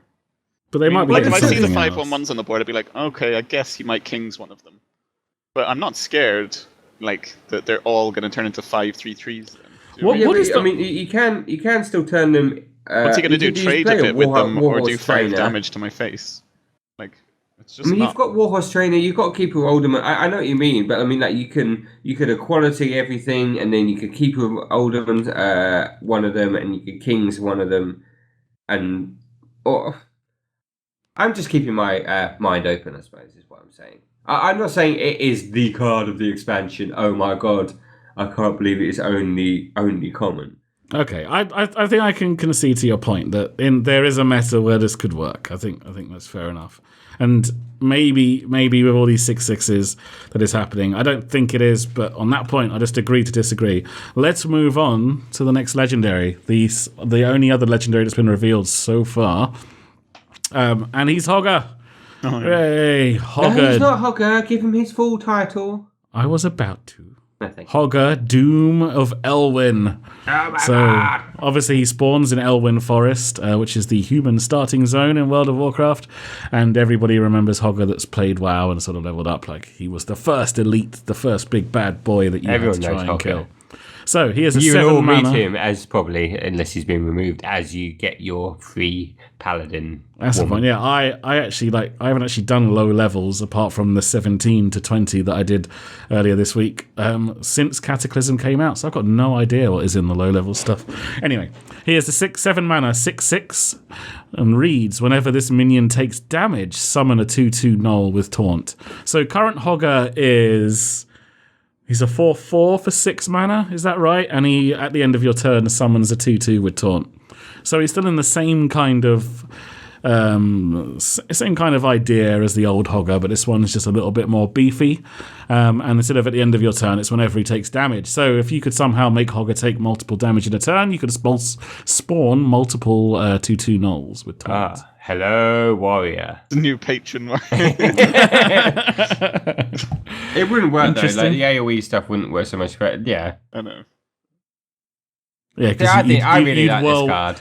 You'd whirlwind your 2/2 into a 2/1 straight away. You'd be like, oh, okay. I love the fact that the next one. I love the fact that it's like Hogger. I've heard this like said before. It's like where do you go? You know, Warcraft has a certain number of characters that are like well-known, recognizable characters. When you've made a card for all of them, what do you do after that? It's like, well, you can make another one. Same in Magic. It's like you got all the planeswalkers. Like they just have a different one each time. They just have it's like Jace the Mindwalker and Jace the I can't remember the rest of them, Spellbender and stuff like that. It's the same character but just in a different iteration. Oh, yeah, I get what you're saying, but with Warcraft, they are not even close to getting. They're not even close to getting to that point where it's just like, oh no, we've run out of recognizable characters. No, but I Plus, mean, there's expansions to WoW as well. Yeah. But it's more never gonna when run you out have of to cards. think things rotate out. It's like maybe you want Mal'Ganis back again, and you're like, oh, we can't. He's gone now. Done it. Sorry, but you can. You have Mal'Ganis, King Emperor of Doom, or I don't know, whatever, and that's a new card. But and he can do something different, like similar lines. But all you have to do is you just have the name, and then have something like this, Doom of Elwyn, and you're like, yeah, cool, new card, new art, new card, new name. Okay, so Slap it on the pile. we approve of the thematics of the card. Yeah. What do we think of the actual card in itself? How do we feel about a 7-mana 6/6 that summons a 2/2 with taunt when it takes damage? Kind of average, I guess. Yeah, Reasonable. A better chance of seeing played than normal Hogger. I mean, obviously Dr. Boom's gone, so that's some of the competition for the 7 spot. I'm trying to remember what else you play at 7. It's been so long. God, if What you do you- compare him to well, Dr. Boom, go- he's terrible. go into your collection and do the new mana 7 and have a little look. Or you can just click the 7 button. Yeah, exactly. Yeah, but that shows you 7 plus. That shows you 7 and above. Joe. Stormwind Champion. 7 mana 6/6, give everything +1/+1. Well, I don't know. That's not actually that bad. I mean, you'd have to have this over Stormwind Champion, which is the exact same stats and gives all your other stuff +1/+1, which is probably more valuable than making But 2/2. This has unless- the same value no matter when you play it. What do you mean? But Well, yeah. Hogger has the same value no matter when you play it. Well, here's the same value as Stormwind Champion. When you play it, they're a 7 mana 6/6. No, he's not. Stormwind Champion is a 7 mana 6/6, or he's a 7 mana 6/6 with +1 to 3 other minions or 2 other minions. Yeah. So basically, you were saying that Stormwind Champion has a better upside by saying that. No, not necessarily saying that he has a better upside. I just mean that he is not consistent, whereas Hogger consistently does what he does. No, that's the opposite of what that word means.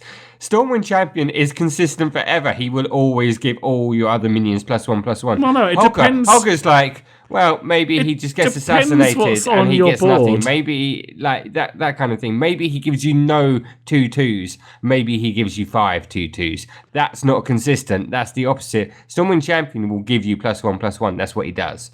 Hogger will give you Wait. If you've got an empty board, he does nothing. That's what I mean. Neither does Hogger. Well, if you play Hogger onto an empty board, then And they then have he gets to deadly find, shot, and you're like, oh. they have to find a way to remove it with something like that. that Yes, admittedly, but spawn I something. don't think there's a massive difference in power level by their thing, their ability, whatever you want to call it. no, I mean Word it depends. ability, text. That's the word. It depends. What do you I mean, think, Joe? this in Priest is quite strong. Yeah, in Priest is very good actually. Yeah, they're kind Um, of similar, really, in terms of stat-wise, I guess. And He's not like he's no Dr. Boom. Like you just have to put him next to Dr. Boom and go, yeah, Dr. Boom Well, would be way they've- stronger. The Doctor Boom is always going to be way stronger. I don't think there's going to be a 7 drop again that will ever be of a similar power No, level. but I just mean it's an or- easy way to see what Yeah, if yeah. a 7 drop is really strong or not. And saying things like obviously people think about a Grim Patron thing. It's like so different to Grim Patron. It's untrue because you use your Well, they don't multiply, so it's yeah, they don't. It doesn't get multiply bigger. And every time then you use a whirlwind, that last 2/2 you made is now a 2/1, which suddenly looks a lot worse. And then you can't do another That was just one. a joke. It's not really. No, I know you think that, but it is the first thing that I think pops to everyone's head. But like after Grim Patron, they're like, oh, hold on, I made damage, warrior, right? Okay, I'm going to do this, and I'm going to have a ball full of 2/2s. You go, no, because it won't work like that. Half of them will have died while you were doing it. I guess you can inner rage him and get a free 2/2, and then he'll be like. Yeah, then he's like or an 8/6, and 5 that's, or whatever.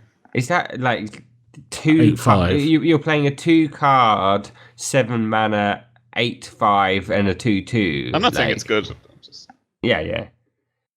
Yeah, I mean, I also don't necessarily think this is a good card. I just more meant I didn't necessarily like the comparison to thinking. I get that the stats are the same. But the stats are the same, and Stormwind Champion, I'd probably rather have his text than I'd rather have Hogger's text, as much as I don't like saying it.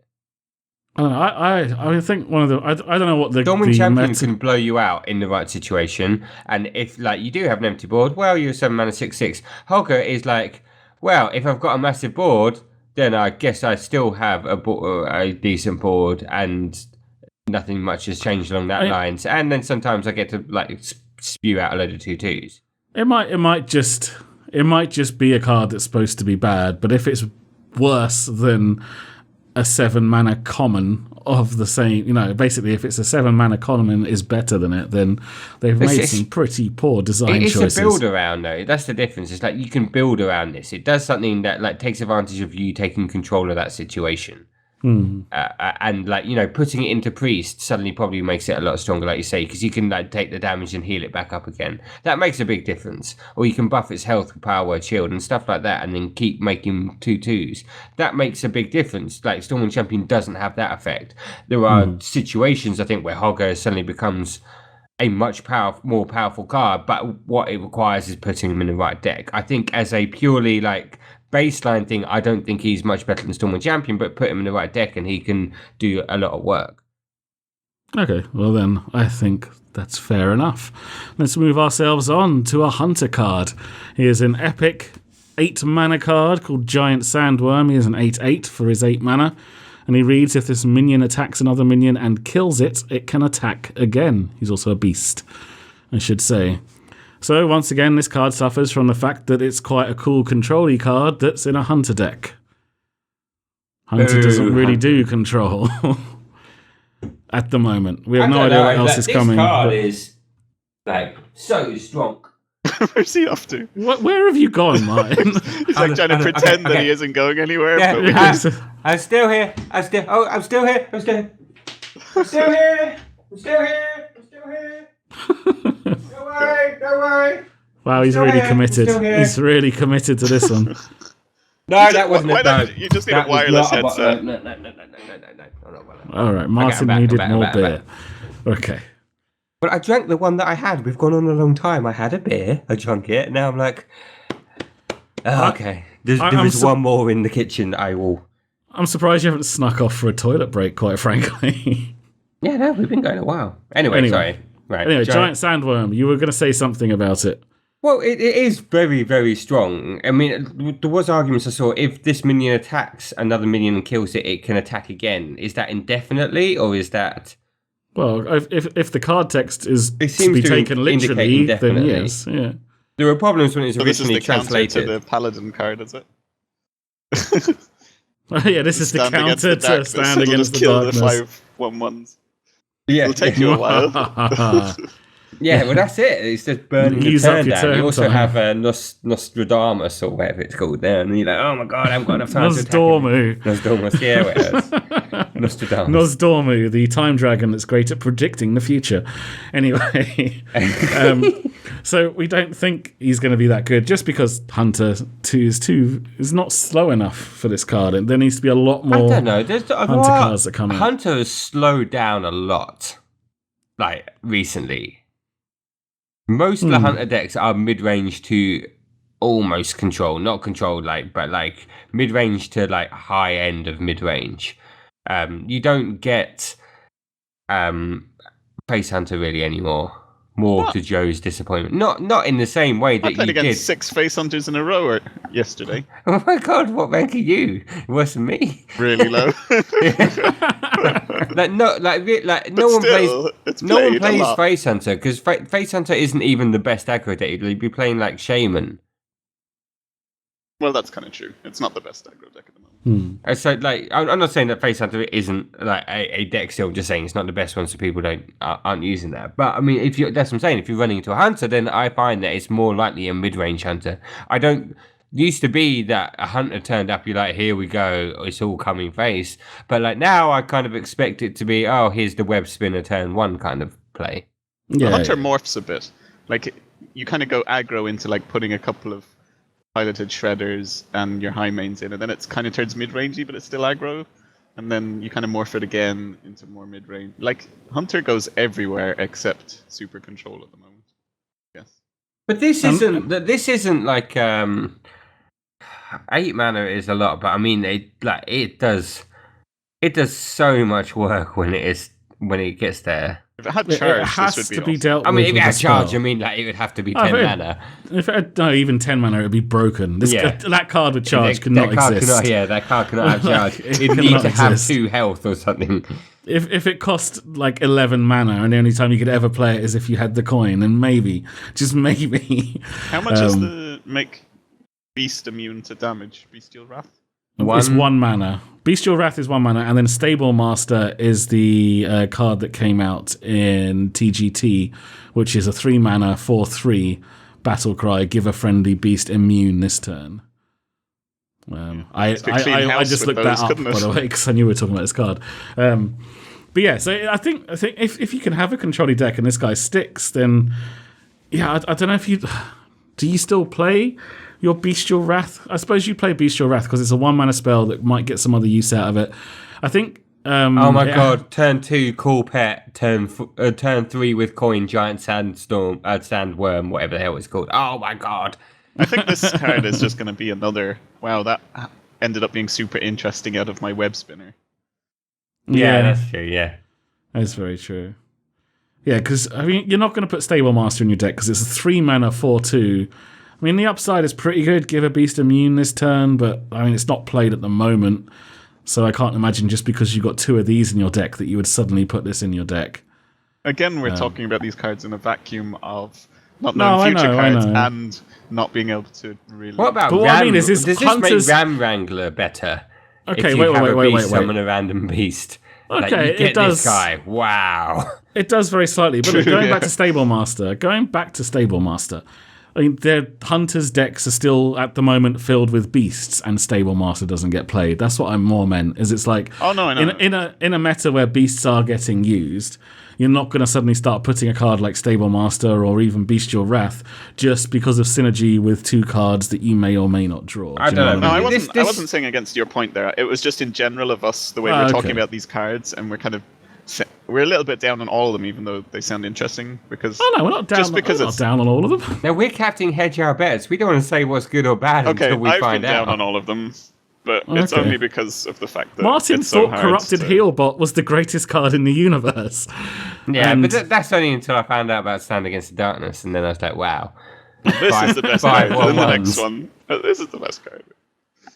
The giant sandworm has the problem of it's too slow for Hunter. We'll see what else comes out, and we'll find out, and we'll see. So let's move on. We got Secret Eater, or Eater of Secrets, up next, or Secret Paladin Killer. I think it should be redubbed. So it is a rare minion, neutral. Everybody gets it. 4 mana, 2/4, battle cry.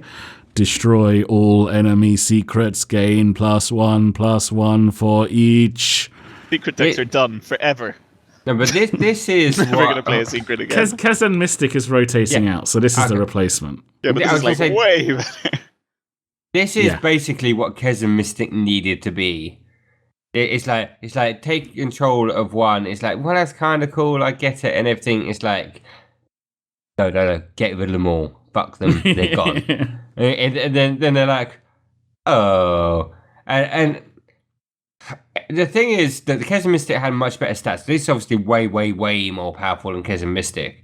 But it doesn't... The Kez Mystic has a 4/3 for 4, which obviously, just to explain, is Battle Cry, take control of an enemy secret. So you get their secret. Whereas this is just destroy them all, but you get +1/+1, which I think is very comparable. If you're getting rid of, say, 2 secrets, you suddenly become a 4/6 for 4. That's really nice.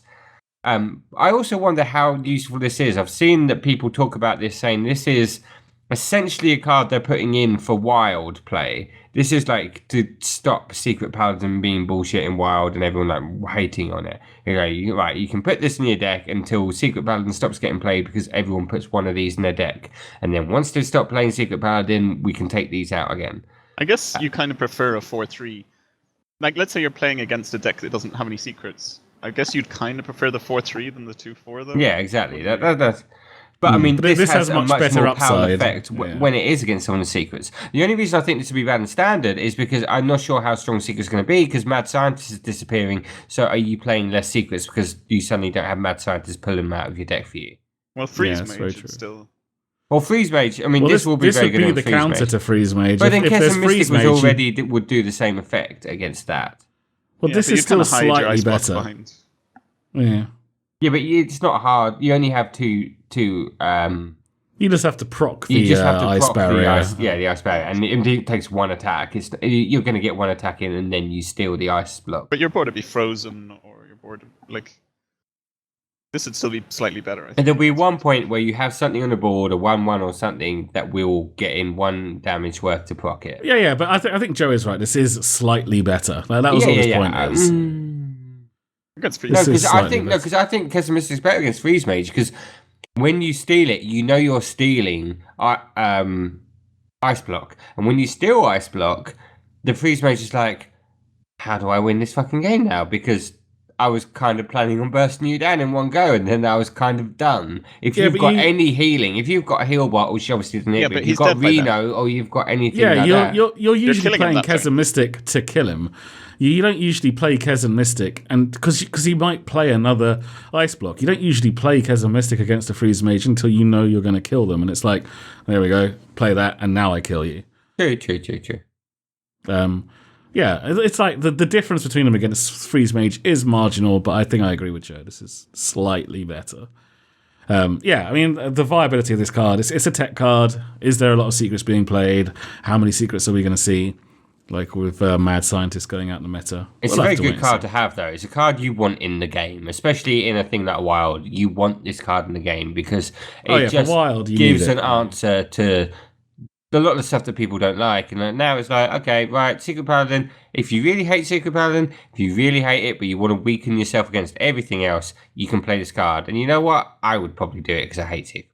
What does it end up at? Because what is it? 5 secrets that Paladin can have. Yeah, so Secret Ends up Paladin, as they go Secret Paladin, they go boom, 7-9.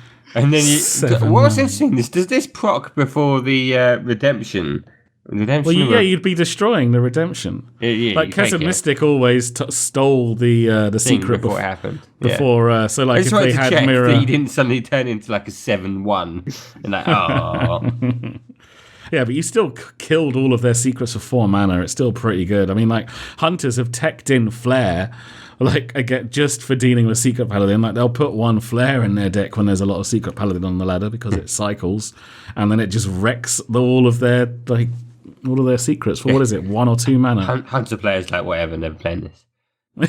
Yeah, exactly. All right, let's move on to the last few cards. One Martin already briefly touched on, but we'll discuss it in a little bit more detail now, is the Druid rare minion, who is the Klaxi Amber Weaver. 4 mana, 4/5, good stats, doing well, battle cry. Yes, if your CT Hun has at least 10 attack, gain +5 health. So, very druidy card. If you've managed to give +4 attack to your Ketun before you play this, he's going to be a 4/10. And if you've got Bran Bronzebeard in your deck, he could be at 4/15, as Martin mentioned earlier, which seems absolutely bonkers. So this is how you go. You turn 1, you innovate out your Twilight Elder, your 3 mana 3/4. Right, so that's plus. That's not CT Hun is now a 7/7. Turn 2, you play Beckoning of Evil, and your Twilight Elder doesn't die because he's got 4 health. Your CT Hun's now a 10/10. Turn 3, you play your Bran Bronzebeard. Turn 4, you play your Klaxi Amber Weaver, and you get a 4/15 on turn 4. So, once again, Druid has yet more ways to be completely ridiculous and have a stupidly unlikely but lucky start to the game where they just win it. As you did that, it's like you just can't win. It's like turn 4, 4/15. You're like, oh my god. But the thing is, like, I don't know how you counter that, because like one of the things about Druid is like with those ridiculous all-in plays where they get to like, you know, coin, innovate out Dr. Boom on like turn 1 or turn 2 or whatever it would be. It would be turn 2. It's like at least there was kind of a counter to that. It's like, oh well, I kept BGH in my mulligan because you're a druid and you might do that. Whereas this is like, what do you do against that? How do you There's plenty deal of with things it? you would innovate out as a druid, though. 5/5s and stuff, like Ancient Allure and Emphathorus and stuff like that you'd be innovating out early that can't be BGH. Yeah, and like druid just couldn't run away with a game like that. But they have to get ridiculously lucky for it to happen. Like druid are going to be massively cut off though, because like I think pretty much everyone's in agreement that somehow the combo is getting nerfed, which is a lot of the power of druid. Like as much of it is putting out big dudes, is like having the greatest reach out of any class. Pretty much is a massive part The of it. greatest like 2-card or less reach, I think. Well, yeah, a two card combo, which isn't hard to like kind of assemble because at the point you're going to be playing it on turn 9 and does 14 damage minimum if you've got nothing on the board. I mean, that's powerful. Like, Yeah. No, really I'm not arguing with you. I definitely agree. But it's like, I mean, like, okay, so if you're playing druid, Ketoon, is this an auto include? Do you think? Obviously, Yeah, it's a little definitely. hard to tell. It's already a 4-mana 4/5, which is fine, and then it's most of the time going to be better. Even a 4. They forget about the whole Brand Bronzebed thing. A 4-mana 4/10, like At any stage of the game is great. that's like what you want.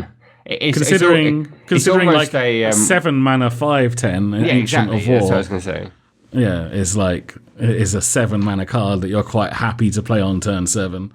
It's like imagine playing it for 4 mana with a 3-drop. It's like, ooh, that's I mean, quite nice. playing it on 4 mana is probably like difficult because you do need them at 10 attack. But playing him before, like on turn 5 or 6, like gets easier and easier kind of thing. Well, yeah, and just later on in the game, you can play him with other cards. It's like, damn. Turn 8, swipe their board, and then drop a 4/10. It's pretty good. How are you feeling, Joe? Or are you just going to sit here and hate on it, go, oh, don't like him, he's taking all my cards? Yeah. Old CT Han. Oh, Oh, don't you like it? I mean, I think It's a good card, though. It is. yeah. But it's this whole thing of Catan needing 10 attack and then needing other cards, and then and then this Yeah, is but by that's the point, turn is 4 he is a that you have to have it 4/5. out. Oh, But that's the point. Is Shredder's gone, and he is a 4/5, so he's perfectly acceptable. Yeah, that's true. Oh. Yeah. I'm just throwing it out now that they should call it the Decimate Battle Cry. 10 attack, Decimate. There we go. Just saying it. Coining it now before anyone else. Decimate. Okay, Yeah, Decimate. fair enough. All right, let's move Well, that's where it ourselves comes on. from, Decimate. Decimate. I don't know, where does the word come from? I've heard it before. Decimate was what they used to do in the Roman legions. They used to, if the legion did bad or they did wrong, they used to draw lots, and 1 out of every 10 of them would be killed by the other 9. And Decimate, comes from like 10. Oh, okay. Deck, DEC, like Orc, Yeah. Orc is 8, Deck is 10. So Decimate is like 10, but like obviously Violent 10. That's why we say Decimate as it is. So Violent 10, like get some massive violent buff from 10 attack on CT Hunt. Nice. Yeah. That's horrible. I'm so Bringing all the glad info I know in. that. All right, so we're going to move on to the Warrior Decimate card. He is a rare Ancient Shield Bearer, 7-mana 6/6. Decimate, gain plus 10 armor. You were running with this. I like that. For those of you that didn't quite understand what Martin meant, that means Decimate means if Katoon has 10 attack. So, gain 10 armor. I guess since they're using... I kind of feel like the difference between 6 mana and 7 mana is pretty huge here, though. Like, so obviously they're losing Shield Bearer.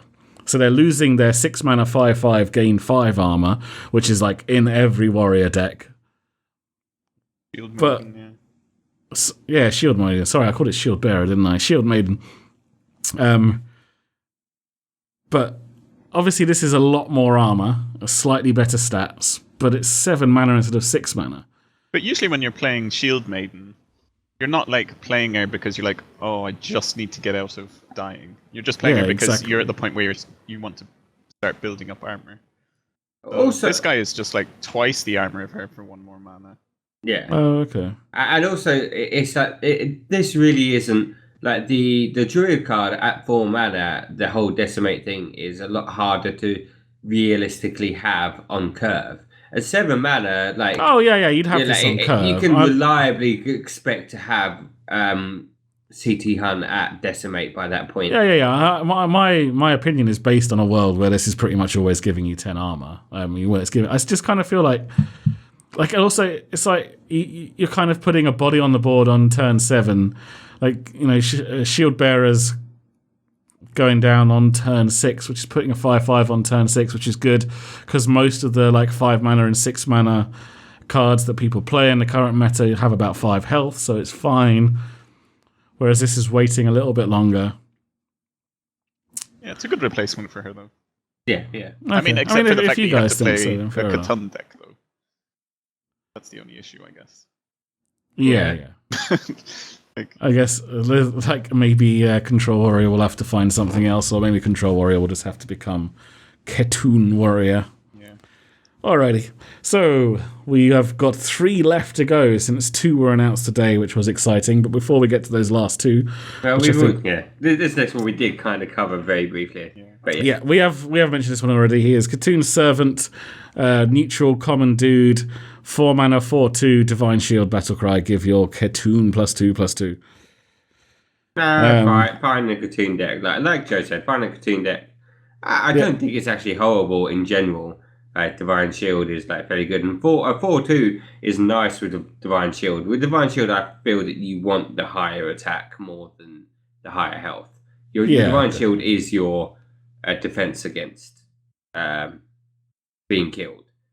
Yeah. It's I think it's a half decent card, but obviously you'd probably go into a Katoon deck. All right, so the cards that were announced today were 2 spells. So cool. One. I want to argue with you so much. Like Max tweeted these out today. Follow Max at Dustus Wins. You can also follow me for my replies at Dustus Wins. Because when Max tweeted these out, it's like I wanted to have an argument with him so much on his opinions, and now I finally do. This is what I've been waiting for. 2 hours I've sat here waiting to do this, Max. So come on, bring it on. I've also had 2 hours to think about it, but we'll get to it in a minute. Oh, yeah. But anyway, they are 2 epic spells, one for mage, one for priest, and they both do very similar things. The mage one is called Forbidden Flame, and the priest one is called Forbidden Shaping. They're both epic. I might have mentioned that already, and they both cost 0 mana. Now the mage one reads: spend all your mana, deal that much damage to a minion. And the priest one reads: spend all your mana, summon a random minion that costs that much. Now, when I first saw the mage one, I didn't think it was that great. I thought the priest one was okay. The mage one is insanely the best card in the game. Quite possibly the best card in the game. That's when he tweeted that. I was like, shut up, Max. Shut up. Go home. Delete your account. It's the best card in the game. Sorry. So excited by that. I've been waiting all day to do that. So I'm not allowed to talk about my reformed opinion. And Joe, you in the middle of one of them as well. Like you tell Max off for being stupid. Okay.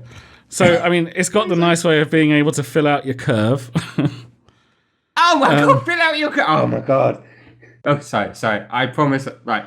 I'm muting my mic. Please continue, because I cannot be held responsible for some spontaneous outbursts when you tell people complete bollocks. So I'll mute it and you talk. All right, Martin, you come on, tell us why. Why is it the greatest card in the universe? Oh my god, you made me unmute my mic. Fuck me. No, you give me your argument. No. Tell me. You don't get to have a rant like that. Tell me your stuff. Tell me your stuff. You're not backing out of it he now. Wants to shoot you down as hard as possible. So. No, I won't shoot him down. I'm muting my mic. I won't get involved. Tell us why it's the greatest card in the universe. It is so good. It is everything that you want from a removal spell. It does exactly the amount of damage that you want it to do, because if it's turn 2 and they played a 2-drop and you really, for whatever reason, whatever it is, need to kill it, it kills it. If it's turn 5 and he wants to kill it, it will kill it for the exact right amount of mana. Obviously, this isn't the perfect way of using it, but it's so flexible. It's like it's the fireball that's also the frostbolt and also the flame lance. It does everything that you need it to do, and except it's overcosted for all of those things. No, because it's not overcosted. I mean, sometimes it will be overcosted. No, it's always overcosted Okay, for every it's single one always- of those things. Not sometimes, every time. No, it's If not you overcosted spend- on if you turn sp- 1, it's not overcosted on turn 2. No, it's 2 mana. It's 2 mana for 2 damage on turn 2. Yeah, but that's all you need. Having over damage doesn't necessarily make any difference. Obviously, if you've got 2/3, I hear what you're saying. Well, exactly. This is the thing. And But it's the flexibility. A flexibility of a card in a card slot is worth so much more than that. Because you know what a Frostbolt does when you've got a 7/7 sitting there? Nothing. It does nothing. But do you know what? Do you know what this card does? Most of the time kills their 2, 3, 4 drop on curve. Most of the time kills their 5, 6, 7, 8 drop on curve. It will kill what you want to kill most of the time. I know there's exceptions. I'm not saying there's not exceptions, but Well, the thing for is like reliable no. killing the stuff that you want to kill, it will kill it on curve. And if you want to kill something that costs a little bit less, it's not like, oh my god, how am I going to do this because it eats all my mana up? I'm going to overkill it. You can still play your 2-drop or your 3-drop in hand and use the rest of your mana up to do the amount you want. Obviously, that is also still dependent on you having those cards in hand, but you know, give and take. Having the flexibility of a card is so much more important. This card is so good. A flexibility of a card is important. I do get that, but I don't know. I haven't played this card, so I don't say it with the same amount of confidence. But I feel this is the arcane intellect argument again. The arcane intellect argument happened 2 years ago. I'd have thought you'd have learned something in 2 years. Apparently, we've been wasting our time. Oh, this is nothing like arcane intellect at all. Go on, now give me your things, and I want to hear Joe's opinion as well, because Joe's on my side. Oh God, people never work with only children. They're a nightmare, right? When I first saw this card, I literally was like, when you linked it to me, I was like, wow, that is so strong. I can't believe they made a card that strong. And then I read your line, it was like, oh, they made some shit card, didn't they? And I was That's like, not what I said. I was like, okay, let's go with that. Cool, works. I love the paraphrasing. It's Yeah, next I mean, level. that is slightly paraphrased. If you want to know exactly what was said, follow Max on Dustless Winds and Martin on Dustless Winds. Right. Go on. I don't know. I've forgotten all my points now. Because they were, how convenient. I don't know. I think there's a problem in Hearthstone with it being overcosted for what it does. I think that is often going to be a problem. The whole point of removal is that a lot of the times it's fairly cheap for what it does, and it allows you to play something else. So you generally want to be playing something else and removing stuff. Yeah, but a fireball's 6 damage for 4 mana. So you're able to play either more minions or a better minion with a fireball than you are with this. That is flexible. You can't have, I'll tell you what, you'll have whatever you play plus 2. Yeah, but that's what I mean. Do you really want the flexibility that much more than the fireball, which is going to remove... I mean, it's still a card. When you're sitting there staring at the 5/5, when you're sitting there staring at the Sylvanas, we'll say turn 5, like, do you want the Frostbolt or do you want the Fireball or do you just want this card? I don't know, it depends on the situation. I suppose this is pretty good in Tempo Mage. This is insanely good in Tempo Mage.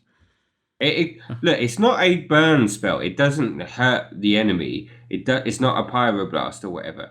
It will just kill whatever you want to kill when you want to kill it on curve. Because in general, most of the minions have a health factor. 1 health more than the mana cost. Not necessarily. Not the ones that get played. Yes, like Boulder I don't know. Fist. Like we talk Boulder about Fist Ogre, stuff like that. Do no. Like Sylvanas and wait. We've got to the point where a 3 mana card should be a 3/4. We've got to the point where a 4 mana card should be a 4/5. We were talking before about how we felt that Stand Against the Darkness was understated because it's not. You can still use that effectively, that with the coin to do the same thing. Or if you're playing first, you'll still also be able to answer it because you'll always be 1 mana ahead. Okay, I understand what you're saying. I mean, so also, you've used the coin normally already. Only 2 health. I don't know. I mean, this was a discussion I wanted to have anyway, but we haven't actually had time. The 3 and 4 drop is 1 ahead, and then above that and below 3 and 4 drop. 3 and 4 drop, this is kind of weak against. The ones above and below are normally costed equal or lower than the mana cost in general. Think about Sylvanas and Thorazin, like a 5/5, 5/5 to 6 is kind of a fairly standard kind of place to be. No, well, I don't know. Sylvanas is a 5/5 for 6. But we're losing a load of cards and we're going into... I'm not saying... Yeah, I mean... but they have incredibly powerful effects. Like, I don't know. Like, well, that's why you play them. I'm not worried about whether this kills a Boulder Fist Ogre, because they're not going to fucking see him. Yeah, but anyway, but it doesn't kill like the early stuff that you were talking about, and also it like kills the 1-drops and the 2-drops. It doesn't kill the 3. It doesn't necessarily kill the 2-drops. Yeah, I know. This is the point that I know the point. We haven't spoken about this, but seems to be a serious shift in the meta towards 2/3s for 2 mana as well. I don't think you can call that yet until it's happened. I understand. But no, but it appears to be happening. What you're saying. I do agree. Yeah. But it does appear to be happening. Like, so we are shifting more towards 2/3s because your 3/2 doesn't trade up to a 3 mana drop anymore because the 3 mana drops are all 3/4s. So it survives a 1-drop. Yeah, and then your 2/3 survives a 1-drop. So it's like you're probably better off with 2/3s. And also Flame Juggler, everybody is pegging to be the big replacement for whatever they do to nerf Knife Juggler. Even though Knife Juggler will probably still get played, but people are reckoning Flame Juggler is going to be the next big like 2-drop that's going to be in like most of the decks, and that's a 2/3 as well. I don't know. Like, well, I want to hear what Joe has to say. Like, what's Joe like? Give me your lowdown. Like, the flexibility is amazing. I'm not as mega hyped about it as you. Okay, I mean, I had a little bit of hyperbole going on, but yeah, okay. But it's a better Flame Lance. I know Flame Lance like is quite efficient damage-wise, but you don't really need that 8 damage 90% of the time. Yeah. So this is like you were saying, low mana can use it. You can empty your mana with it by, when you've got 8 mana and you drop a 4-drop and then need to do 4 damage, you can pop this. So the flexibility is awesome. I think Max is right. At the start of the game, it's not actually going to be very good because you're going to waste your turn and maybe kill a 3/2, but then you're kind of screwed against 2/3s. Whereas Frostbolt deals with both of them for the same mana. Yeah, I mean you're kind of like trading. What you're trading is early game not guaranteeing to kill stuff. I mean, like, this would be nice against Shredder. I wish that was staying around. I mean, you're not guaranteed to trade because obviously the hits are kind of cut over point where you've got more mana than they have health on their stuff. And that's also a massive benefit. Like, what you have to remember, Max, is that it's like we're still just thinking about, okay, I know Boom's not going to be there, but let's just say we're going to kill Boom on curve and then we're going to kill Ragnaros on curve. But wait. You're not killing Boom on curve. The 2 Boom bots are still there. Yeah, I know, but he's not going to be there. Okay, I'm talking about, like, okay, the equivalent of Boom. We're talking about you're going to kill your 6/6 on curve, you're going to kill your 7/7, you're going to kill your 8/8 on curve, that kind of thing. Yeah, but you misunderstand where I'm coming from. The fact that he is a 7/7 on 7 is because he has the 2 boom bots with him.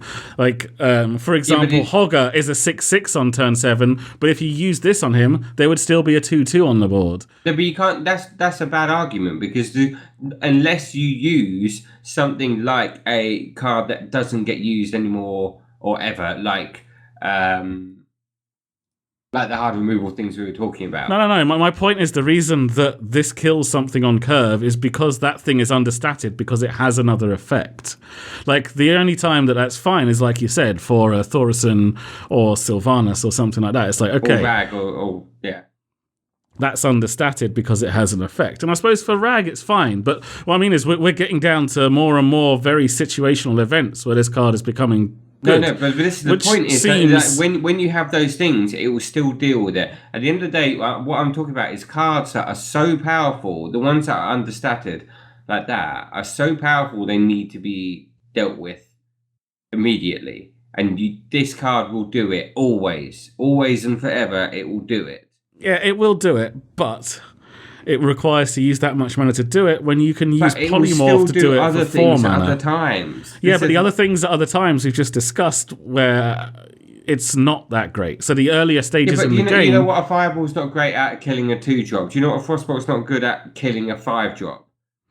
Yeah, but This does both of them a lot more of the time than they do. No, but if that's what we've just saying. It doesn't kill the 2 drops on 2. It doesn't kill the 3 drops on 3. It does a lot of the time. It does a lot of the time. It will kill. You will kill their 2 drop when you want to kill it.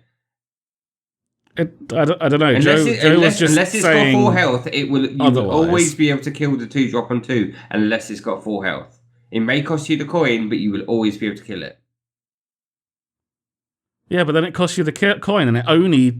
So it's not always. It's only when you've got the coin. No, if they play it on 2, if you're playing first, they play it on their turn 2. It's now your turn 3. You kill it at 2. Yeah, 3. And you've just spent your turn 3, like killing their 2 drop, and they're just playing. You know what? You frostbolt on turn 3 a lot of time when they do that. I don't know. Like You do. Like, don't tell me you don't. You do. I'm not saying that you will always do that. If you had a better 3 drop, then you'll play it, and you still will. Yeah, but the thing is like the frostbolt's there and it's cheaper. Like I get the flexibility, but when you play the frostbolt on turn 3 for 2 mana, what do you do? You are mana, nothing past turn. No, of course not. Well, you might play a 1 drop. Like okay. There will be occasions where you could have played a mana worm. I'm not saying. I'm not saying that this is better than frostbolt. I'm not saying that this is better than fireball. I'm saying that this card. Your reaction before kind of implied that it. Well, if you're saying it's better than all of them, then it is. It's the whole picture. It's not on a single thing where you start and going, well, how do I kill a 2 drop? Yes, frostbolt is better. And you go, oh, how do I kill a 6 drop? Yes, fireball is better. But this is all of them. It saves you a card slot, or it saves you having to use one of those card slots when you want to use them to burn face or something. I don't know. I can't believe that. I am massively overhyping it. Like, I will step back from my rhetoric slightly to go, this probably isn't the best card in the game. That's probably overdoing it. I mean, it has. I mean, in my mind, it has Just to wait play for this. stand We've got against. 134 more best cards in the game coming. You can't. And it has stand against the darkness is probably still the best card in the game when you get 5-1 once. This probably doesn't quite beat that. But you can't have a reaction like the one you did but it's just the fact that you're like talking like this card is bad and this is a good card. Like, I can't believe you think at any point this is a bad card. No, but that's it. I never said it was a bad card. I was underwhelmed by it. That was all. Why? I mean, when I saw this, I was like, this card's so good. Flexibility, man. Like, you cannot underestimate how useful that is. I don't know. Like, my problem with it is like if it's ever using to remove something on curve, it's using up your entire turn. But that happens most of the time, anyway. Yeah. Yeah. Which means it's not that great. Unless you're playing a control deck. Wait, let me finish what I'm saying. It uses up your entire turn, whereas the other cards, yes, they use up your entire turn if you play them earlier on in the game, but later in the game, they don't. And Polymorph, I just feel is... No, because that's...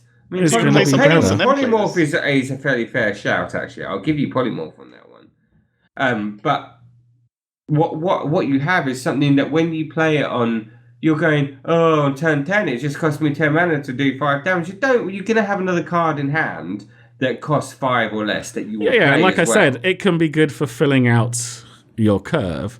And I suppose the priest one is a better example of that, where it will summon a random minion for the amount of mana that you cost. So, like, if you've got it in hand and you're playing a 7 mana, you can play it just because you get 3 mana and there's some versatility there. That card's fine, but I don't like that as much. It's still too much RPG, to be honest. I just think earlier on in the game, this doesn't do it as well as the cards that you would normally use to do it. And I suppose there is something to it in the fact that this can't go face. So if you had it in your deck and also had frostbolts and fireballs in there, then this is some removal that you can use, which then saves your frostbolts and fireballs. And then that's pretty good. They are losing flame cannon. But yeah, it's nowhere near as good as you were making it out to be. It's a good card. It's nowhere near as negative as you on it. It's like, it doesn't always kill the 2 drop. Yes, it does. It doesn't always kill the 3 drop. Yeah, it does actually as well. Does it always kill the 4 drop? Yes. If you want it to, it can do. It would Yeah, always because you kill it. use it the Inefficiently, next not turn. as no, but this is the point. It's the whole argument of it will inefficiently kill everything. But this is the point. It will kill everything on curve. Pretty much. Like, okay, you Sarah and the likes. Like, Well, no, if you're on the coin and you've used the coin, it won't. They'll play their... if you're you on know, the coin they'll and you've play got their- this, like, these are things where you go, well, if I've got this and I've just taken a poo in my pants, then I won't do that. Well, you should have thought about that first, shouldn't you? You should have thought about the hole in your pants before you took a poo in your pants. These are the things you have to consider beforehand. If you've got this card in your hand, then you need, or in your deck, you need to make those considerations when you're making your play. Oh, yeah, of course you do. But maybe you turn one coin to 2-drop because you had another 2-drop in your hand, and then you drew this, and then you're on turn that's 4. the kind of consideration that you need to make. To go, well, I've got this card. It's like very useful, but like I'm Wait, playing first. So like having the coin is like You've drawn this after you've done it. Listen to what I'm saying. I know that, but you know it's in your deck. You know that's part of your thing. You need to make that consideration.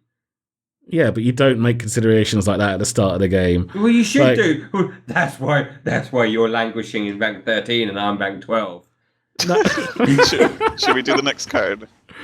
We finished the cards. Oh, isn't there forbidden shaping? Well yeah, it's going to Martin's already decreed that it's the worst card out of the two, so there's no need to talk about it. No, come on, Joe. I would like Joe. Give me. It's fine. It's not a bad card, but Yeah, it's fine. But you don't really want random minions. No, you don't. If you're playing it as a random, you need to like only be playing it as like a 8, 9, 10 drop, really, because that's when you kind of get the good ones. You can guarantee you get a wisp out of it. Is that the only zero cost? I mean, No, there's the Murloc guy that's 0 mana, and I suppose Target Tummy's rotating out, but they might. Target Tummy's rotating out. They might. Can we have a montage for Target Tommy? They might put some more 0 mana cost cards in there. You never know. Yeah, that's okay, I guess. But yeah, well, you wouldn't put it in the deck. I think I was more excited when I initially saw these cards because, like, anytime there's 0 mana spells, but then I read the text. Do you know what I mean? Like, I looked at them, I was like, oh my god, 0 mana spells. These are going to be so broken. My tempo mage is going to be more powerful. I think they're that very well balanced, actually. No, I'm just saying that, like, initially when I looked at the card without reading the text, I thought they were going to be... I'm insanely, like, obviously, like, this is what Max was talking about beforehand, like, saying this is, like, the new mechanic or, like, the new thing, like, Forbidden. Obviously, every class is going to get one. So interested to see what all the other classes get. I'm guessing that they're going to be along these Warlock, lines. I can predict. It'll be, I don't know what it'll be called, but it'll be 0 mana, spend all of your mana, draw a number of cards equal to the amount of mana spent. Oh god, that would be broken.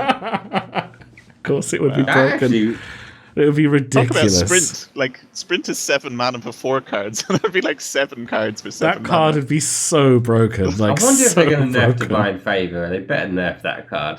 If they nerf all the cards and they don't nerf Divine Favour, I'm going to slap somebody over this. It hasn't been talked about at all. I know, but people forget about that card. And it's like, no, mate, it's one of the worst ones. It's that guy. That guy is the one. Right. Okay. I can't wait to do this every week. More cards, more cards. Poor Max is going to be like, oh no, I better not say anything on Twitter now. I'm going to get reamed out of it on the podcast. I don't know, because like, Max is going to be sitting there waiting, because I'm going to like shout him down on everything, and I'm obviously going to be wrong on like half of them. He's going to love it. Oh, you're going to be wrong on all of them. Like, you're wrong about Forbidden Flame. It's fine. It is fine. Anyway, where are we? We are at the end of the show. Why don't you tweet me, Finally. Max, what you think about Forbidden Flame? I want to hear what everyone has to say about Forbidden Flame. Why don't you tell them what my actual Twitter is? Oh, it's something to do with Dustus Wins. I don't know. Okay, Is it Totally Futile? I think so. Yes, I believe so. There was an episode 2 weeks ago that was named. I just click on the icon of the guy with the big beard. Sophia wanted to look at what the rest of your card said today when she saw it on Twitter. She's like, what's the rest of the card say? It's like, I don't know, he's cropped it. And it's like, what? It's like, oh, never mind. Well, it's not cropped. Twitter kind of does that for you. You know what I mean? Oh my god, did you want me to go into detail? And after that, I explained to her why Forbidden Flame was a very good card because it was so mana efficient. And she was like, "Daddy, I don't think Max does not agree with you." I'm sure. And then I chucked sure. him out in the swimming pool and went, "Get back in there! I'm not talking to you." All right.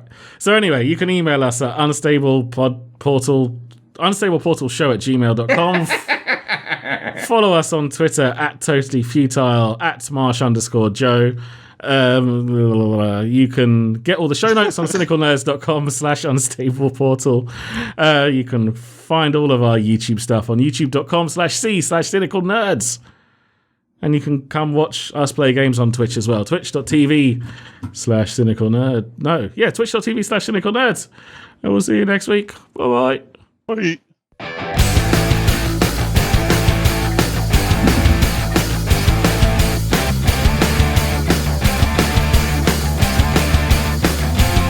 Wake up.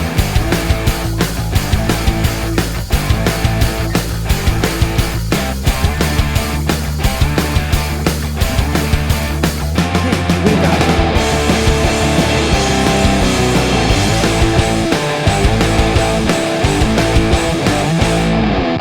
Martin, I am going to push you down the stairs. You only have your Forbidden Flame is the love that you lost, and you're so bitter about it.